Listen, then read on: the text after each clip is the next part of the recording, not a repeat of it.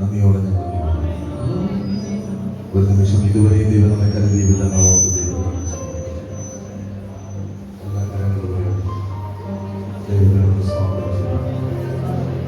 ഇതുവരെ ദൈവം കഴിഞ്ഞ ഒരു വർഷക്കാലം ദൈവം നമ്മെ നടത്തിയ വിധങ്ങൾ ഓർത്ത് സ്തോത്രമല്ലാതെ മറ്റൊരു പറയുന്നത്. ജീവിതത്തിൽ ഒരുപാട് പ്രശ്നങ്ങൾ കടന്നുകൊണ്ട് വേദനകൾ കടന്നുകൊണ്ട്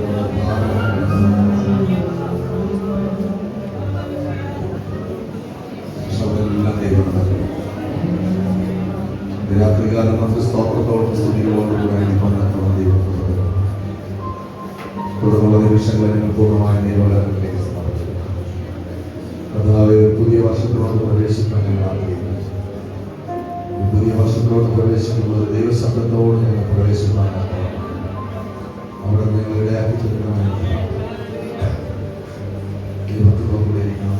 സാന്നിധ്യം വലിയ മഹത്വപ്പെടുന്നു. അനുഗ്രഹിച്ച് പ്രാർത്ഥിക്കുന്നു. യേശുവിൻ നാമത്തിൽ ആമേൻ. ആമേൻ. എല്ലാവർക്കും ഇരിക്കും.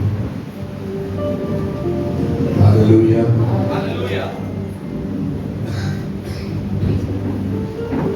ദൈവത്തിന്റെ കൃപ കൂടെ ഇരിക്കട്ടെ. നിങ്ങളുടെ പ്രാർത്ഥന എനിക്ക് ഏറ്റവും അത്യാവശ്യമാണ്.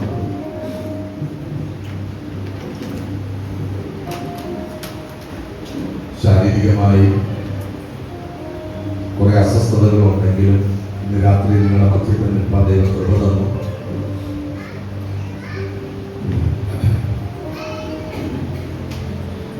നിങ്ങളുടെ മുമ്പിൽ പുതിയ വർഷത്തിലോട്ട് പ്രവേശിക്കുമ്പോൾ നിങ്ങളോട് ദൈവവചനം സംസാരിക്കുന്നതിനുള്ള ദൈവത്തിന്റെ കൃപ മാത്രമാണ്. അപ്പോൾ നിങ്ങൾ എനിക്ക് വേണ്ടി പ്രാർത്ഥിച്ചുകൊണ്ടേയിരിക്കുക. പൗലോസിന്റെ ജീവിതം എടുത്ത് പരിശോധിക്കുമ്പോൾ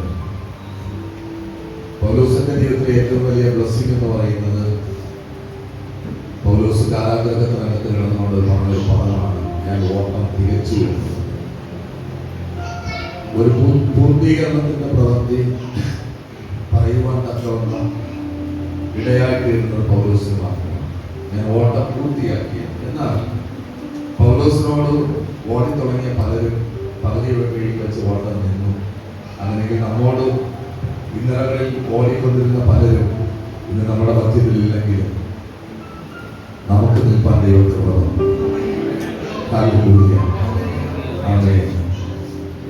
ഒരു പുതിയ വർഷത്തിലോട്ട് പ്രവേശിക്കുകയാണ്. ഒരു പുതിയ തുടക്കം എന്നുള്ളത് ആഗ്രഹിക്കുന്നു. ഒരു പുതിയ തുടക്കം നമ്മുടെ ജീവിതത്തിന്റെ എല്ലാ മേഖലകളിലും ഒരു പുതിയ തുടക്കം ആഗ്രഹിക്കേണ്ട ആരുമില്ല. എല്ലാവരും പുതിയ വർഷം നമ്മൾ തീരുമാനങ്ങൾ എടുക്കാറുണ്ട്. ഓരോരോ തീരുമാനം അത് ലോകത്തിലുള്ളവരും എടുക്കും, ആത്മീയരും എടുക്കും. കഴിഞ്ഞ ദിവസം ജോയ് പാസ്റ്റർ പറഞ്ഞു, ഞാൻ പുതിയ വർഷം മുതൽ 1-ാം തീയതി മുതൽ ഷുഗർ തൊടത്തില്ല, പഞ്ചസാര തൊടത്തില്ല. അപ്പൊ ഇതുപോലെ ഒരുപാട് തീരുമാനങ്ങൾ നമ്മൾ എടുക്കാറുണ്ട്. പുതിയ വർഷത്തിൽ നമ്മൾ ഇനി അങ്ങനെ പോകത്തില്ല, ഇങ്ങനെ ചെയ്യത്തില്ല. പക്ഷേ ആ തീരുമാനങ്ങൾക്കകത്ത് നിൽക്കാൻ കഴിയുന്നുണ്ടോ? പലപ്പോഴും സാധിക്കുന്നില്ല. കാരണം നമ്മൾ മനുഷ്യരാണല്ല. നമ്മളെടുക്കുന്ന തീരുമാനങ്ങൾക്കകത്ത് നിൽക്കാൻ കഴിയാതെ പോകുന്നത് നമ്മൾ ബലഹീനരായതുകൊണ്ടാണ്. മനുഷ്യ ബലഹീന കഥാപാത്രങ്ങളാണ്. പക്ഷേ പൗലോസിനോട് കർത്താവ് പറഞ്ഞൊരു പദമാണ്, എന്റെ കൃപ മാത്രം നിനക്ക്. പൗലോസ് നല്ല ഭംഗിയുള്ള മനുഷ്യനൊന്നുമല്ല. പൗലോസ് കൂനുള്ള മനുഷ്യനാണ്. പൗലോസ് പൊക്കത്തിൽ കുറഞ്ഞവനാണ്, കൂനുള്ളവനാണ്, ശാരീരികമായി ഒരുപാട് പ്രശ്നങ്ങളുള്ളവനാണ് പൗലോസ്. പക്ഷെ പൗലോസിന്റെ അകത്ത് ഒരു എരിവുണ്ടായിരുന്നു. അത് ഒന്നാമത്തെ എരിവ് മതത്തിനോടുള്ള എരിവ്. മതത്തിന് വേണ്ടി എന്തും ചെയ്യാൻ മനസ്സുള്ളവനായിരുന്നു പൗലോസ്. എന്നാൽ യേശുവിനെ കണ്ടുമുട്ടിയപ്പോൾ ആ എരിവ് മതത്തിൽ നിന്ന് മാറി യേശുവിന്റെ കൂടെയാണ്. പൗലോസ് ഇത്രയും പ്രശസ്തനാകാൻ കാരണം പൗലോസിന്റെ ജീവിതത്തിലുണ്ടായ കഷ്ടതകളാണ്. പൗലോസ് കാരാഗ്രഹത്തിൽ അടയ്ക്കപ്പെട്ടില്ലായിരുന്നെങ്കിൽ പൗലോസ് ലേഖനം എഴുതുമായിരുന്നു? ഇല്ല. അങ്ങനെയെങ്കിൽ എന്നോട് ദൈവം അരുൾ ചെയ്ത കാര്യങ്ങളുണ്ട്. ഈ ഭൂമി, ഈ ലോകം ഇത്രയും മനോഹരമാകാൻ കാരണം എന്താണെന്നറിയാമോ? ദൈവം സൃഷ്ടിച്ച ഭൂമിയിൽ ഒരു പാഴവസ്ഥ, ഒരു ശൂന്യ അവസ്ഥ വെളിപ്പെട്ടു വന്നപ്പോഴാണ് ഇത്രയും മനോഹരമാക്കി ദൈവം ഭൂമിയെ ആക്കി തീർത്തത്. ഒരു പാഴവസ്ഥയിൽ നിന്നാണ്, ഒരു ശൂന്യമായ അവസ്ഥയിൽ നിന്ന്. ഉൽപ്പത്തി എന്ന് പറയുമ്പോൾ ആരംഭം, അല്ലെ? നമ്മളൊരു പുതിയ ആരംഭം കുറിക്കുകയാണ്. ഞാൻ ഉൽപ്പത്തി പുസ്തകം 1-ാം അധ്യായത്തിൽ നിന്നാണ് നിങ്ങളോട് സംസാരിക്കുന്നത്. എന്നെ ചിന്തിപ്പിച്ച 3 പദങ്ങൾ. ഉൽപ്പത്തി, ആദിയിൽ ദൈവത്തിന്റെ ആത്മാവിനാൽ മോശയോട് സംസാരിച്ച് മോശ ഈ പുസ്തകങ്ങൾ എഴുതി തുടങ്ങുമ്പോൾ 3 പദം 1-ാം അധ്യായത്തിൽ നമുക്ക് കാണുവാൻ പറ്റും. എന്തിനാണ് ഈ പദങ്ങൾ ഉപയോഗിച്ചതെന്ന് ചോദിച്ചാൽ, ഭൂമിയുടെ അവസ്ഥയ്ക്ക് മാറ്റം വരുത്തുക, ഭൂമിയുടെ സ്ഥിതിക്ക് മാറ്റം വരുത്തുക. നമ്മുടെ ഇതിനകത്ത് സ്ഥിതി മാറാൻ ആഗ്രഹിക്കുന്ന ആരെങ്കിലുണ്ടോ? എല്ലാവരുടെയും ആഗ്രഹമാണ് നമ്മുടെ സ്ഥിതികൾ മാറണം, നമ്മുടെ അവസ്ഥകൾ മാറണം. അങ്ങനെ ആഗ്രഹിക്കാത്തവരാരുമില്ല. ജീവിതത്തിന്റെ എല്ലാ മേഖലകളിലും സ്ഥിതി മാറണം. പക്ഷെ പലരും ചോദിക്കുന്ന ഒരു ചോദ്യമുണ്ട്. ഈ പെന്തക്കോസ്ത് വിഭാഗങ്ങളെ മുഴുവനായിട്ട് ലോകം പറയുന്ന ഒരു പദമാണ് വിശ്വാസികൾ. എന്താണ്? വിശ്വാസികൾ, ബിലീവേഴ്സ് എന്നാണ് ഈ പെന്തക്കോസ്തുകാരെ പറയപ്പെടുന്നത്. എന്ന് പറഞ്ഞാൽ ഇവരെല്ലാം ഭയങ്കര വിശ്വാസികളാണ്. ഈ വേദപുസ്തകത്തിനകത്ത് എഴുതിയിരിക്കുന്ന ദൈവത്തിന്റെ പ്രവൃത്തികൾ വെളിപ്പെടുന്നത് വിശ്വാസികളുടെ മേലാണ്. ആരുടെ മേലാണ്? വിശ്വാസികളുടെ മേലാണ്. പക്ഷെ വിശ്വാസികൾ എന്ന് പേര് പറഞ്ഞാൽ പോരാ, അത് ജീവിതത്തിന്റെ പ്രാവർത്തിക മണ്ഡലത്തിലേക്ക് കൊണ്ടുവരുവാൻ കഴിയണം. 2025 നമ്മൾ കടന്നു പോകാത്ത പാതകളുണ്ട്. ഒരുപാട് പ്രതിസന്ധികളിൽ കൂടി കടന്നുപോയവരുണ്ട്. ആമേൻ. ഒരുപാട് വേദനകളിൽ കൂടി കടന്നുപോയവരുണ്ട്, നിരാശകളിൽ കൂടി കടന്നുപോയവരുണ്ട്, ഞെരുക്കങ്ങളിൽ കൂടി കടന്നുപോയവരുണ്ട്. പക്ഷെ ഒരു കാര്യം ഞാൻ പറയാൻ പ്രിയരെ, ഞങ്ങളുടെ ജീവിതത്തിന്റെ അനുഭവത്തിൽ നിന്നുകൊണ്ട് പറയുമ്പോൾ, ഞങ്ങൾ യേശുവിനെ അറിഞ്ഞ 2008 മെയ് മാസം മുതൽ ഞങ്ങളുടെ ജീവിതം താഴോട്ട് പോയിട്ടില്ല, ഉയരങ്ങളിലോട്ടേ പോയിട്ടുള്ളൂ. അപ്പോൾ യേശുവിനെ അറിഞ്ഞ ഒരു ദൈവ പൈതലിന്റെ ജീവിതം ഒരിക്കലും താഴോട്ട് പോകത്തില്ല. അവരുടെ ലൈഫിന്റെ ഗ്രാഫ് ഇങ്ങനെ മുകളിലോട്ട് കയറിക്കൊണ്ടിരിക്കും.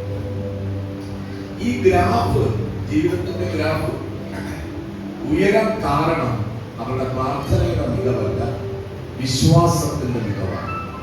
കാരണം ബൈബിൾ പറയുന്ന വിശ്വസിക്കുന്നവർക്ക് ദൈവത്തിന്റെ മഹത്വത്തെ കാണാൻ പറ്റും. അപ്പോൾ വിശ്വാസം വളരെ പ്രധാനപ്പെട്ട ഒരു കാര്യമാണ്. വിശ്വാസം എന്ന് പറയുന്നത് ഇവിടെ ഉൽപ്പത്തി പുസ്തകം 1-ാം അധ്യായം നമ്മൾ പഠിക്കുമ്പോൾ വിശ്വാസത്തിന്റെ ഒരു ഹൈ ലെവൽ നമുക്ക് കാണാൻ പറ്റും. വിശ്വാസത്തിന്റെ ലീഡർ എന്ന് പറയുന്ന ദൈവമാണ്, കർത്താവ്. നമ്മുടെ വിശ്വാസത്തെ പൂർത്തി വരുത്തുന്നത് ദൈവമാണ്. അപ്പോൾ ദൈവം ഈ നമ്മൾ ഈ പലപ്പോഴും പറയാം, നമുക്ക് നമ്മെ തന്നെ വിശ്വാസം കാണും, അല്ലേ? നമുക്ക് നമ്മെ വിശ്വാസം ഇല്ലെങ്കിൽ പിന്നെ എങ്ങനെ നമ്മൾ ദൈവത്തെ വിശ്വസിക്കും? നമ്മൾ നമ്മെ ഇഷ്ടപ്പെടാതെ ദൈവത്തെ ഇഷ്ടപ്പെടും. കാരണം ദൈവത്തിന്റെ കയ്യൊപ്പാണ് നമ്മൾ ഓരോരുത്തരും. ദൈവത്തിന്റെ കലാവിരുതാണ് നമ്മൾ ഓരോരുത്തരും. ആ നമ്മെ നമ്മൾ ഒരിക്കലും ഇഷ്ടപ്പെട്ടില്ലെങ്കിൽ എങ്ങനെ നമുക്ക് ദൈവത്തെ ഇഷ്ടപ്പെടാൻ പറ്റും? ഞാൻ പറയുന്നത് പ്രിയരെ, ആദ്യം നാം നമ്മെ ഇഷ്ടപ്പെട്ടു തുടങ്ങും. ഒരു കാര്യം ഞാൻ പറയാം, നിങ്ങൾ നിങ്ങളെ ഇഷ്ടപ്പെട്ടു തുടങ്ങിയാൽ നിങ്ങളുടെ ജീവിതത്തെ നാശത്തിലോട്ട് വിടാൻ നിങ്ങൾ ഒരിക്കലും സമ്മതിക്കുന്നില്ല. നമ്മുടെ ശരീരത്തെ, നമുക്ക് ദൈവം തന്നിരിക്കുന്ന ആയുസ്സിനെയൊക്കെ നമ്മൾ സ്നേഹിച്ച് തുടങ്ങുമ്പോഴാണ് ഇതിനെങ്ങനെ നമുക്ക് മനോഹരമാക്കി തീർക്കുവാൻ കഴിയുന്നതെന്ന് ചിന്തിക്കുന്നത്. നമ്മുടെ ശരീരത്തിന് ദോഷമായതൊന്നും നമ്മൾ ഒരിക്കലും എന്ത് ചെയ്യത്തില്ല, ചിന്തിക്കുക പോലും ചെയ്യത്തില്ല. കാരണം നമുക്ക് പ്രധാനപ്പെട്ടതാണ്. അതുപോലെ ദൈവത്തിന് ഏറ്റവും പ്രധാനപ്പെട്ടതാണ് ലോകം. ദൈവം ലോകത്തെ എങ്ങനെയാണ് സ്നേഹിച്ചെന്ന ബൈബിൾ പഠിപ്പിക്കുന്നത്? തന്റെ ഏകപുത്രനെ നൽകുവാൻ തക്കവണ്ണം ദൈവം ലോകത്തെ സ്നേഹിച്ചു. അപ്പോൾ ദൈവത്തിന് ലോകം വിലപ്പെട്ടതാണ്. നമ്മൾ ഓരോരുത്തരും വിലപ്പെട്ടതാണ്. ആരെയും നമുക്ക് ചെറുതായിട്ട് കാണാൻ കഴിയത്തില്ല.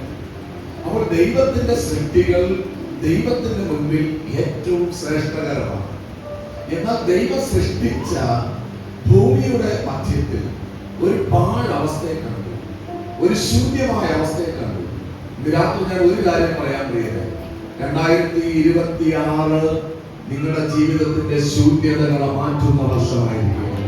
നിങ്ങളുടെ ജീവിതത്തിന്റെ പാഴവസ്ഥകളെ മാറ്റുന്ന വർഷമായിരിക്കും. ആ ദൈവത്തിന്റെ ഒരു ശബ്ദത്തിന്, ദൈവത്തിന്റെ ഒരു ശബ്ദത്തിന് നമ്മുടെ സ്ഥിതികളെ മാറ്റാൻ പറ്റും. ഉൽപ്പത്തി പുസ്തകത്തിലെ 1-ാം അധ്യായത്തിലെ 1-ാമത്തെ ശബ്ദം എന്താണ്? ഉണ്ടായി വരട്ടെ,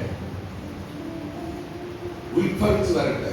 അപ്പോൾ ബൈബിളിൽ ആരംഭത്തിൽ വെളിപ്പെടുന്ന ഒരു ദൈവ ശബ്ദമാണ് ഉണ്ടായി വരട്ടെ, ഉണ്ടാകട്ടെ. 2026 ആദ്യത്തെ ശബ്ദം ഇതാകണം, ഉണ്ടാകട്ടെ, ഉണ്ടായി വരട്ടെ. എവിടെയാ ഉണ്ടായി വരേണ്ടത്? ശൂന്യതയുടെ മധ്യത്തിൽ. നമ്മുടെ ജീവിതത്തിന്റെ എവിടെയാണ് ശൂന്യത? ഞാൻ എന്റെ അനുഭവത്തിൽ ഞാൻ പഠിച്ചൊരു കാര്യമാണ്, നമ്മുടെ ജീവിതങ്ങളെ നമുക്കൊന്ന് ശോധന ചെയ്യാൻ കഴിയണം. നമ്മുടെ ജീവിതത്തെ നമുക്കൊന്ന് ശോധന ചെയ്യാൻ കഴിയണം. എന്റെ ജീവിതത്തിലെ കുറവ് എവിടെയാണ്? ഇത് ഞാൻ കണ്ടുപിടിക്കുമ്പോഴാണ് ആ ശൂന്യതയെ മാറ്റുവാൻ എനിക്ക് കഴിയുന്നത്.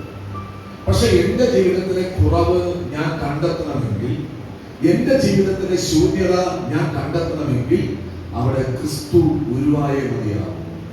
ക്രിസ്തു ആകുന്ന വെളിച്ചത്തിൽ മാത്രമേ. ഞാൻ ഒരു കാര്യം പറയാൻ പ്രിയരെ, എന്റെ ശൂന്യത ഞാൻ മാറ്റാതെ മറ്റൊരാളുടെ ശൂന്യത മാറ്റാൻ ഒരിക്കലും എനിക്ക് കഴിയും. എന്റെ ജീവിതത്തിലെ ശൂന്യത മാറണമെങ്കിൽ ഞാൻ എന്നെ തന്നെ ഒന്ന് ശോധന ചെയ്യണം. ഞാൻ നിങ്ങളോട് സംസാരിക്കുമ്പോൾ ഒരു കാര്യം മനസ്സിലാക്കണം, നിങ്ങളൊക്കെ ഈ വചനം കേട്ടുകൊണ്ടിരിക്കുമ്പോഴും ഈ വചനം തിരിച്ച് എന്നോട് തന്നെ സംസാരിച്ചുകൊണ്ടിരിക്കുക. അപ്പോൾ ഈ വചനം നമ്മൾ പ്രസംഗിക്കുമ്പോൾ ഈ വചനം എന്നെ ഒന്ന് ശോധന ചെയ്യണം. നമ്മൾ വെറുതെ 1 മണിക്കൂർ കേട്ട് കൈയടിച്ച് പോയിട്ട് കാര്യമൊന്നുമില്ല.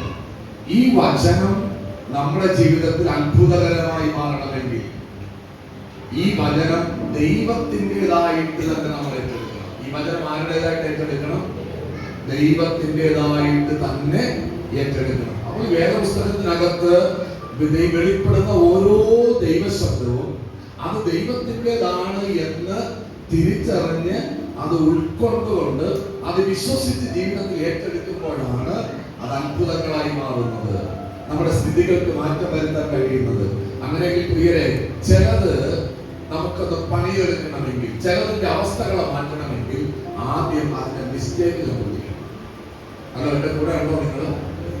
അപ്പോൾ നമ്മുടെ ജീവിതത്തിലെ ശൂന്യതയെ മാറ്റണം. എവിടെയാ ശൂന്യത വരുന്നത്? സാമ്പത്തിക മണ്ഡലത്തിലാണ് ശൂന്യത, അത് കുടുംബജീവിതത്തിനകത്താണ് ശൂന്യത, നമ്മുടെ വിദ്യാഭ്യാസത്തിനകത്താണ് ശൂന്യത, നമ്മുടെ തൊഴിൽ മേഖലയ്ക്കകത്താണ് ശൂന്യത. എവിടെയാണ് ശൂന്യത? നോക്കി, അപ്പോസ്തല പ്രവൃത്തികളുടെ പുസ്തകം 1-ാം അധ്യായം പഠിക്കുമ്പോൾ അവിടെ ഏക മനസ്സോടുകൂടെ എല്ലാവരും കൂടിയിരുന്നു. ഏക മനസ്സോടുകൂടെ എല്ലാവരും കൂടിയിരുന്നപ്പോൾ അവർ ഒരു കുറവ് കണ്ടെത്തി.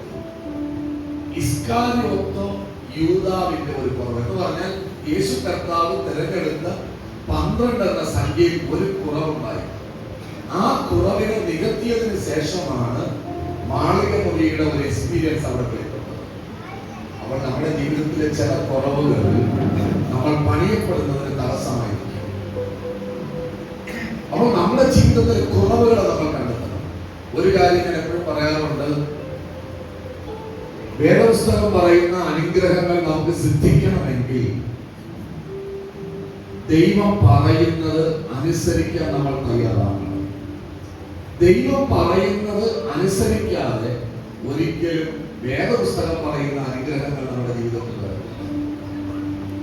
ഒരു വ്യക്തി ദൈവം പറയുന്നത് അനുസരിക്കണമെങ്കിൽ ആ വ്യക്തി എല്ലായിടവും ദൈവം അവരെ ആക്കി വെച്ചിരിക്കുന്ന ഇടത്തൊക്കെ അവർ അനുസരണയുള്ളവരായിരിക്കും. ഒരു കാര്യം നിങ്ങൾ വളരെ വ്യക്തമായിട്ട് മനസ്സിലാക്കണം പ്രിയരെ, മാതാപിതാക്കളെ അനുസരിക്കാത്ത കുഞ്ഞുങ്ങളെ എങ്ങനെയാണ് ദൈവത്തെ അനുസരിക്കുന്നത്? യജമാനെ അനുസരിക്കാത്ത ദാസന്മാർ എങ്ങനെയാണ് ദൈവത്തെ അനുസരിക്കുന്നത്? നിങ്ങളെ പഠിപ്പിക്കുന്ന അധ്യാപകരെ അനുസരിക്കാതെ നിങ്ങൾ എങ്ങനെയാണ് ദൈവത്തെ അനുസരിക്കുന്നത്? നിങ്ങളുടെ സഭയിൽ, നിങ്ങൾ ഏത് സഭയായിക്കോട്ടെ, ആ സഭയിൽ നിങ്ങൾ നയിക്കുന്ന ഇടനെ അനുസരിക്കാതെ നിങ്ങൾ എങ്ങനെയാണ് ദൈവത്തെ അനുസരിക്കുന്നത്? അപ്പോൾ ദൈവത്തെ അനുസരിക്കുന്ന ഒരു വ്യക്തിയുടെ ജീവിതത്തിനകത്ത് വ്യവസ്ഥകളുണ്ട്. നിങ്ങൾ നോക്കിക്കുക, യവസഖ്യ ലേഖനം 5-ാം അധ്യായവും 6-ാം അധ്യായവും ഒക്കെ നമ്മൾ പഠിക്കുമ്പോൾ അതിനകത്ത് ഭാര്യ ഭർത്തൃ ബന്ധത്തെ കുറിച്ച് പറയുന്നുണ്ട്, മാതാപിതാ പുത്ര ബന്ധത്തെ കുറിച്ച് പറയുന്നുണ്ട്, യജമാനും ദാസനുമായിട്ടുള്ള ബന്ധത്തെ കുറിച്ച് പറയുന്നുണ്ട്. അപ്പോൾ ഇവിടെ എല്ലാം അനുസരണയാണ് ഏറ്റവും പ്രധാനപ്പെട്ടത്. അപ്പോൾ അനുസരിക്കുന്നവർക്ക് വേണ്ടി ഇടപെടുന്ന ഒരു ദൈവം. അതാണ് അബ്രഹാമിനോട് ദൈവം പറഞ്ഞത്, നീ ഞാൻ പറഞ്ഞതൊക്കെയും നീ അനുസരിച്ചത് കൊണ്ട് നിന്റെ സന്തതി മുഖാന്തരം സകല ജാതികളും അനുഗ്രഹിക്കപ്പെടും. അപ്പോൾ അനുസരണ ഏറ്റവും പ്രധാനപ്പെട്ട ഒരു കാര്യമാണ്. ഞാൻ നേരത്തെ പറഞ്ഞല്ലോ പ്രിയരെ, അനുസരിക്കാൻ ഒരു സാഹചര്യം ഇല്ലാത്ത ഇടത്ത് നമ്മൾ അനുസരിക്കുന്നതാണ് ദൈവത്തിന്റെ മഹത്വം എന്ന് പറയുന്നത്. എനിക്ക് ഏറ്റവും ഇഷ്ടപ്പെട്ട ഒരു സാറിന്റെ മുമ്പിൽ, എനിക്ക് ഏറ്റവും ഇഷ്ടപ്പെട്ട ഒരു പാസ്റ്ററിന്റെ മുമ്പിൽ, എനിക്ക് ഏറ്റവും ഇഷ്ടപ്പെട്ട ഒരു യജമാനന്റെ മുമ്പിൽ ഞാൻ അനുസരിക്കുന്ന അത് സ്വാഭാവികമാണ്, നമ്മളെല്ലാം അത് ചെയ്യും. പക്ഷേ യജമാനനെ ഒട്ടും മാനസികമായിട്ടും ഇഷ്ടം കാണത്തില്ല, പാസ്റ്ററെ ഇഷ്ടം കാണത്തില്ലായിരിക്കാം. പക്ഷെ എന്നിട്ടും ആ സ്ഥാനത്തിന് ഒരു മാനം കൊടുത്ത് നീ അനുസരിക്കാൻ കാണിക്കുന്നില്ലേ, അതാ നിന്റെ അകത്തുള്ള ദൈവികത്വത്തെ വെളിപ്പെടുത്തുന്നത്. അപ്പോൾ നമ്മുടെ ജീവിതത്തിലെ കുറവുകൾ ഏറ്റവും പ്രധാനപ്പെട്ട ഒരു കാര്യമാണ്. ഇവിടെ ദൈവം ഭൂമിയുടെ ശൂന്യതയെ കണ്ടെത്തുക, പാഴവസ്ഥകളെ കണ്ടെത്തുക. ആദ്യം പറയുക വെളിച്ചം ഉണ്ടാകട്ടെ. അപ്പോൾ ആ വെളിച്ചത്തിന്റെ അടിസ്ഥാനത്തിലാണ് ഓരോ ശൂന്യതകളെയും മാറ്റിക്കൊണ്ടിരിക്കുന്നത്. അപ്പോൾ ആ വെളിച്ചം നമുക്ക് എന്ത് വെളിപ്പെടുത്തുന്നു? ശൂന്യത വെളിപ്പെടുത്തും. അതുകൊണ്ടാണ് ബൈബിൾ പറയുന്നത്, പരിശുദ്ധാത്മാവ് വരുമ്പോൾ ആദ്യം നമുക്ക് എന്ത് ഉളവാക്കി തരും? പാപബോധം ഉളവാക്കി തരും. പക്ഷെ നമ്മളത് സമ്മതിച്ചു കൊടുക്കുമ്പോൾ, നമുക്കത് സമ്മതിച്ചു കൊടുക്കാൻ പറ്റുമോ? നമ്മൾ ചെയ്യുന്ന എല്ലാ കാര്യത്തിനും ഓരോ റീസൺസ്, ന്യായീകരണം.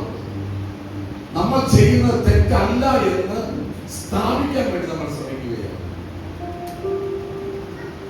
പക്ഷെ ഇവിടെ ബൈബിൾ പ്രകാരം നമ്മൾ ചിന്തിക്കുകയാണെങ്കിൽ നമ്മുടെ ജീവിതത്തിനകത്ത് പ്രസംഗിക്കുന്ന ഞാൻ ഉൾപ്പെടെ നിരപ്പ് പ്രാപിച്ചേ മതിയാവും. പല മേഖലകളിൽ നമ്മൾ തിരുത്തിയേ മതിയാവും. പ്രിയ, ദൈവത്തിന്റെ പണി എന്ന് പറയുന്നത് പുരാതന ശൂന്യതകളെ വരെ പണിയുവാൻ കഴിയുന്നതാണ് നമ്മുടെ ദൈവം. പക്ഷെ ആ ദൈവം നമ്മുടെ ശൂന്യതകളെ നോക്കി കൽപ്പിക്കണമെങ്കിൽ, ചിലത് ഉണ്ടായി വരാൻ കൽപ്പിക്കണമെങ്കിൽ നമ്മുടെ വിശ്വാസം വർദ്ധിപ്പിച്ചേ മതിയാകും. ഇത് പകൽക്കാലം നിങ്ങൾ ആദ്യം, ഈ രാത്രിയാമങ്ങളിൽ നിങ്ങൾ ആദ്യം ചിന്തിക്കേണ്ടത്, 2025 നിന്ന് 2026 പ്രവേശിക്കുമ്പോൾ നിങ്ങളുടെ ജീവിതത്തിൽ എവിടെയാ ശൂന്യത വെളിപ്പെട്ടത്? നിങ്ങളുടെ ജീവിതത്തിലെ ശൂന്യത എന്താ? ഒന്ന് തിരിഞ്ഞു നോക്കിയിട്ടുണ്ടോ? എന്റെ ജീവിതത്തിലെ ശൂന്യതയെ മാറ്റിയെടുക്കുവാൻ എനിക്ക് കഴിയണം. ഈ പുതിയ വർഷത്തോടെ നമ്മൾ പ്രവേശിക്കരുത്. നിങ്ങൾ നിങ്ങളെ തന്നെ ഒന്ന് റീവൈൻഡ് ചെയ്ത് നോക്കിക്കരുത്. എവിടെയാണ് നമ്മൾ പരാജയപ്പെട്ടു പോയത്? ആമേൻ. പൗലോസിന്റെ വാക്യങ്ങൾക്ക് പരിശോധിച്ചു കഴിഞ്ഞാൽ വിശ്വാസ ത്യാഗം സംഭവിച്ചവരുണ്ട്. റീസൺ എന്താ വിശ്വാസ ത്യാഗം സംഭവിക്കാൻ? ഞാൻ പറഞ്ഞു പ്രിയ, ഇന്ന് രാവിലെ പ്രസംഗിച്ചപ്പോൾ ഞാൻ പറഞ്ഞൊരു കാര്യമുണ്ട്. നമുക്ക് ഒരുപാട് ഓപ്ഷൻസ് ഉള്ളതാണ് ഏറ്റവും വലിയ വിഷയം. നമുക്ക് ഒരുപാട് ഓപ്ഷൻസ് ഉണ്ട്, അല്ലേ? ഞാൻ പറഞ്ഞു, ഇവിടെ ചില വർഷങ്ങൾക്ക് മുൻപ് ഒരു ഫാമിലി മാറിപ്പോയ സമയത്ത് ഒരമ്മ അവരോട് ചോദിച്ചു, നിങ്ങളെന്താ മാറിയത്? അവർ തിരിച്ചൊരു ചോദ്യം ചോദിച്ചു. ആരാധിക്കാൻ ഇവിടെ മാത്രമേ ചർച്ച ഉള്ളൂ, വേറെ എത്രയോ ചർച്ച ഉണ്ട്. മനസ്സിലായി? ഞാൻ പറഞ്ഞൊന്ന് അർത്ഥം മനസ്സിലായോ? അവരുടെ മുമ്പിൽ ഒരുപാട് ഓപ്ഷൻസ് ഉണ്ട്. ഇതാ നമ്മുടെ ജീവിതത്തിലെ ഏറ്റവും വലിയ പരാജയം എന്ന് പറയപ്പെടുന്നത്. നമ്മുടെ മുമ്പിൽ ഒരുപാട് ഓപ്ഷൻസ് വെച്ചിട്ടുണ്ട്. പക്ഷെ ദൈവത്തിന്റെ മുമ്പിൽ ഒരുപാട് ഓപ്ഷൻസ് ഒന്നുമില്ല, ഒറ്റ ഓപ്ഷൻസേ ഉള്ളൂ. യാക്കോബിനോട് ദൈവം പറഞ്ഞു, യാക്കോബേ, നിന്നെ വീണ്ടെടുത്തത് ഞാനാണ്, നിന്നെ തെരഞ്ഞെടുത്തത് ഞാനാണ്, നിന്നെ പേർ ചൊല്ലി വിളിച്ചത് ഞാനാണ്. പ്രിയരെ, ദൈവത്തിന് അറിയാം നിന്നെ ആരുടെ കയ്യിൽ ഏൽപ്പിക്കണമെന്ന്, നിന്നെ എവിടെ എത്തിക്കണമെന്ന്. പക്ഷെ നമ്മൾ എന്ത് ചെയ്യും? നമ്മൾ പല ഓപ്ഷൻസ് കണ്ടുപിടിക്കും. ഇതല്ലെങ്കിൽ അപ്പുറം, അവിടെ ഇല്ലെങ്കിൽ അപ്പുറം. പക്ഷെ ഒന്ന് ഞാൻ പറയട്ടെ പ്രിയരെ, എല്ലായിടത്തും നിനക്കുള്ള ഭൂമിയല്ല, നിനക്ക് വളരാനുള്ള ഭൂമി ദൈവത്തിന് മാത്രമേ അറിയത്തുള്ളൂ. ബൈബിൾ പറയുന്നു, വളർത്തുന്ന ഒരുവനേ ഉള്ളൂ, അത് സർവശക്തനായ ദൈവമാണ്. ആ ദൈവം നിന്നെ നട്ടിട്ടുണ്ടെങ്കിൽ, ആ ദൈവം നിന്നെ നനയ്ക്കാൻ ആരെങ്കിലും ഏൽപ്പിച്ചിട്ടുണ്ടെങ്കിൽ നിനക്ക് അവിടെ മാത്രമേ വളരാൻ ചാൻസ് ഉള്ളൂ. ഇന്ന് രാത്രി ഞാൻ പറയട്ടെ പ്രിയരെ, നമ്മുടെ മുൻപിലുള്ള ഓപ്ഷൻസ് നമ്മുടെ മുമ്പിൽ ഒറ്റ ഓപ്ഷൻസേ ഉള്ളൂ. അതാരാ?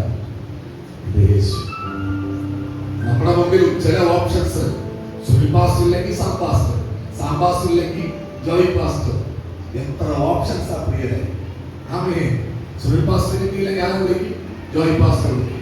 ജോയ് പാസ്റ്റർ വിളിച്ചില്ലെങ്കിൽ ആരെ വിളിക്കും? സാംബാസ്റ്റർ വിളിക്കും. പക്ഷെ എന്റെ ചോദ്യം, ദൈവത്തിന് പകരം നീ ആരെ വിളിക്കും? നമ്മുടെ ജീവിതങ്ങൾ അനുഗ്രഹിക്കപ്പെടണമെങ്കിൽ പ്രിയരെ, നീ മാനുഷിക മണ്ഡലത്തിൽ കണ്ടുവച്ചിരിക്കുന്ന ഓപ്ഷൻസിനെ നിന്റെ ലൈഫിൽ നിന്ന് അവൻ പൂർണ്ണമായിട്ട് റിമൂവ് ചെയ്യും. സുനിൽ പാസ്റ്റർ അല്ല നിങ്ങളുടെ ഓപ്ഷൻ, സാം പാസ്റ്റർ അല്ല നിങ്ങളുടെ ഓപ്ഷൻ, ജോയ് പാസ്റ്റർ അല്ല നിങ്ങളുടെ ഓപ്ഷൻ. ഓപ്ഷൻ നിന്നെ പണിയാൻ കഴിയുന്ന ദൈവം മാത്രമാണ്. ഈ 2026 പ്രവേശിക്കുമ്പോൾ ബാക്കി എല്ലാ ഓപ്ഷൻസിനെയും മാറ്റി കളഞ്ഞിട്ട്, ഡിലേറ്റ് ചെയ്ത് കളഞ്ഞിട്ട് നീ പുതിയൊരു ഓപ്ഷൻ സ്ഥാപിക്കുക.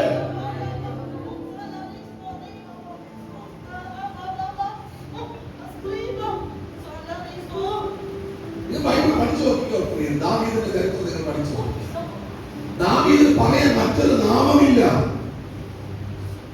പക്ഷെ നമുക്ക് ഒരുപാട് ഓപ്ഷൻസ് ഉണ്ട്. പ്രാർത്ഥന ഓപ്ഷനായി മാറരുത്, ഉപവാസം ഓപ്ഷനായി മാറരുത്, ആരാധന ഓപ്ഷനായി മാറരുത്. ഇതൊക്കെ ഒരു ദൈവ പൈതലിന്റെ ജീവിതത്തിൽ നാച്ചുറൽ ആയിട്ട് റിലീസ് ചെയ്യപ്പെടേണ്ടതാണ്. ഇതൊക്കെ ഓപ്ഷനേ ഉള്ളൂ. എത്ര പേർക്ക് ഇന്ന് രാത്രി പറയുവാൻ പറ്റും?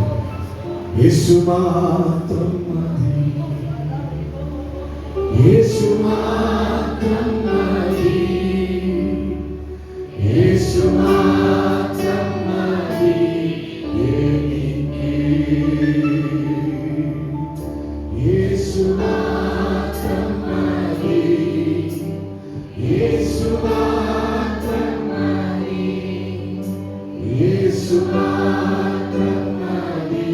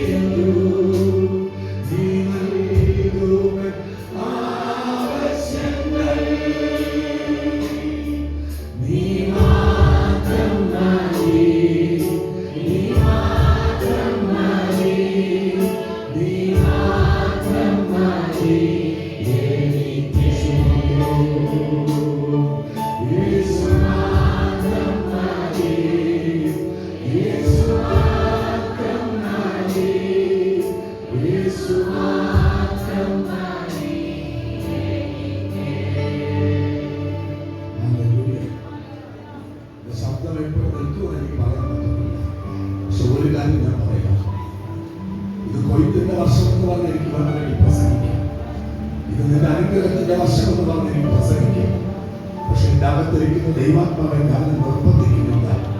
കാരണം നിന്റെ അനുഗ്രഹം ഈ പുതിയ വർഷത്തോട് പ്രവേശിക്കുന്നതല്ല. നിന്റെ അനുഗ്രഹം യേശുവാണ്.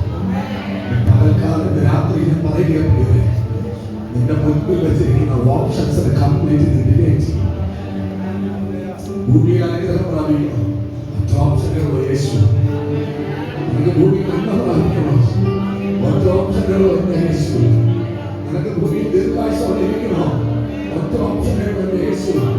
നിനക്ക് നിത്യതയിൽ പോകണോ, ഒറ്റ ഓപ്ഷനുകളോ യേശു. യേശു മാത്രം മതി, യേശു മാത്രം മതി, യേശു മാത്രം മതി എനിക്ക്. ഒരു കാര്യം ഞാൻ പറയാൻ പറ്റില്ലേ, ഒരു സൃഷ്ടിക്ക് മറ്റൊരു സൃഷ്ടിയെ പണിയാൻ പറ്റുന്നതിനേക്കാളും സൃഷ്ടിച്ചവന് സൃഷ്ടിയെ പണിയുവാൻ കഴിയും. ഈ സുനിൽ എന്ന വ്യക്തിയെ പണിതെടുക്കുവാൻ ഒരു കാര്യം ഞാൻ പറയാം. ഈ ലോകത്തിലെ ഏറ്റവും വലിയ ബൈബിൾ കോളേജ് പണിയുന്നതിനേക്കാളും ഓക്സ്ഫോർഡ് യൂണിവേഴ്സിറ്റിയിൽ നമ്മുടെ അതാത് ലാംഗ്വേജുകളിൽ നമുക്ക് ബിബ്ലിക്കലായിട്ട് നമുക്ക് ഡോക്ടറേറ്റ് എടുത്ത് പഠിക്കാൻ പറ്റും. ഞാൻ പറയട്ടെ, ഓക്സ്ഫോർഡ് യൂണിവേഴ്സിറ്റിക്ക് ചെയ്യാൻ പറ്റാത്തത് എന്റെ ദൈവത്തിന് ചെയ്യാൻ പറ്റും. ബൈബിൾ കോളേജിൽ നിന്നെ പണിയാൻ പറ്റത്തില്ല, നിന്റെ പാസ്റ്റർക്ക് നിന്നെ പണിയാൻ പറ്റത്തില്ല. പക്ഷെ നിന്നെ പണിയാൻ കഴിയുന്ന ഒരാളെ എനിക്ക് പരിചയപ്പെടുത്തി തരാൻ പറ്റും. ഈ പുതിയ വർഷത്തോട് പ്രവേശിക്കുമ്പോൾ ഞാൻ പറയുന്നത് നിങ്ങളുടെ മുമ്പിലുള്ള എല്ലാ ഓപ്ഷൻസും യേശുദാവൊരു പദമുണ്ട്. ഒരു സമയത്ത് എനിക്ക് ത്രില്ലായിരുന്നു മിനിസ്ട്രി എന്ന് പറയുന്നത്. എന്താ ത്രില്ലെന്ന് അറിയാമോ? കൈ വീശുമ്പോൾ ജനം തെറിക്കണം. എന്റെ ആദ്യകാല വിശ്വാസികൾക്കൊക്കെ അറിയാം, കർച്ചീപ്പെടുത്ത് വീശുമ്പോ, കോട്ടെടുത്ത് വീശുമ്പോ ജനം വീഴണം, തെറിക്കണം, ഭൂതം അലറണം. ഇതൊക്കെ ലക്ഷ്യമായിരുന്നു. പക്ഷേ ദൈവത്തോട് കൂടുതൽ കൂടുതൽ അടുത്തപ്പോ എനിക്കൊരു കാര്യം മനസ്സിലായി, ഇതൊന്നും നിലനിൽക്കുന്നതല്ല. ഇതൊക്കെ ഏത് സമയം വേണം നിന്നുപോകും. പക്ഷെ നിലയ്ക്കാത്ത ഒന്നുണ്ട്, നിന്റെ കൂടെയുള്ള അവന്റെ പ്രസൻസ്.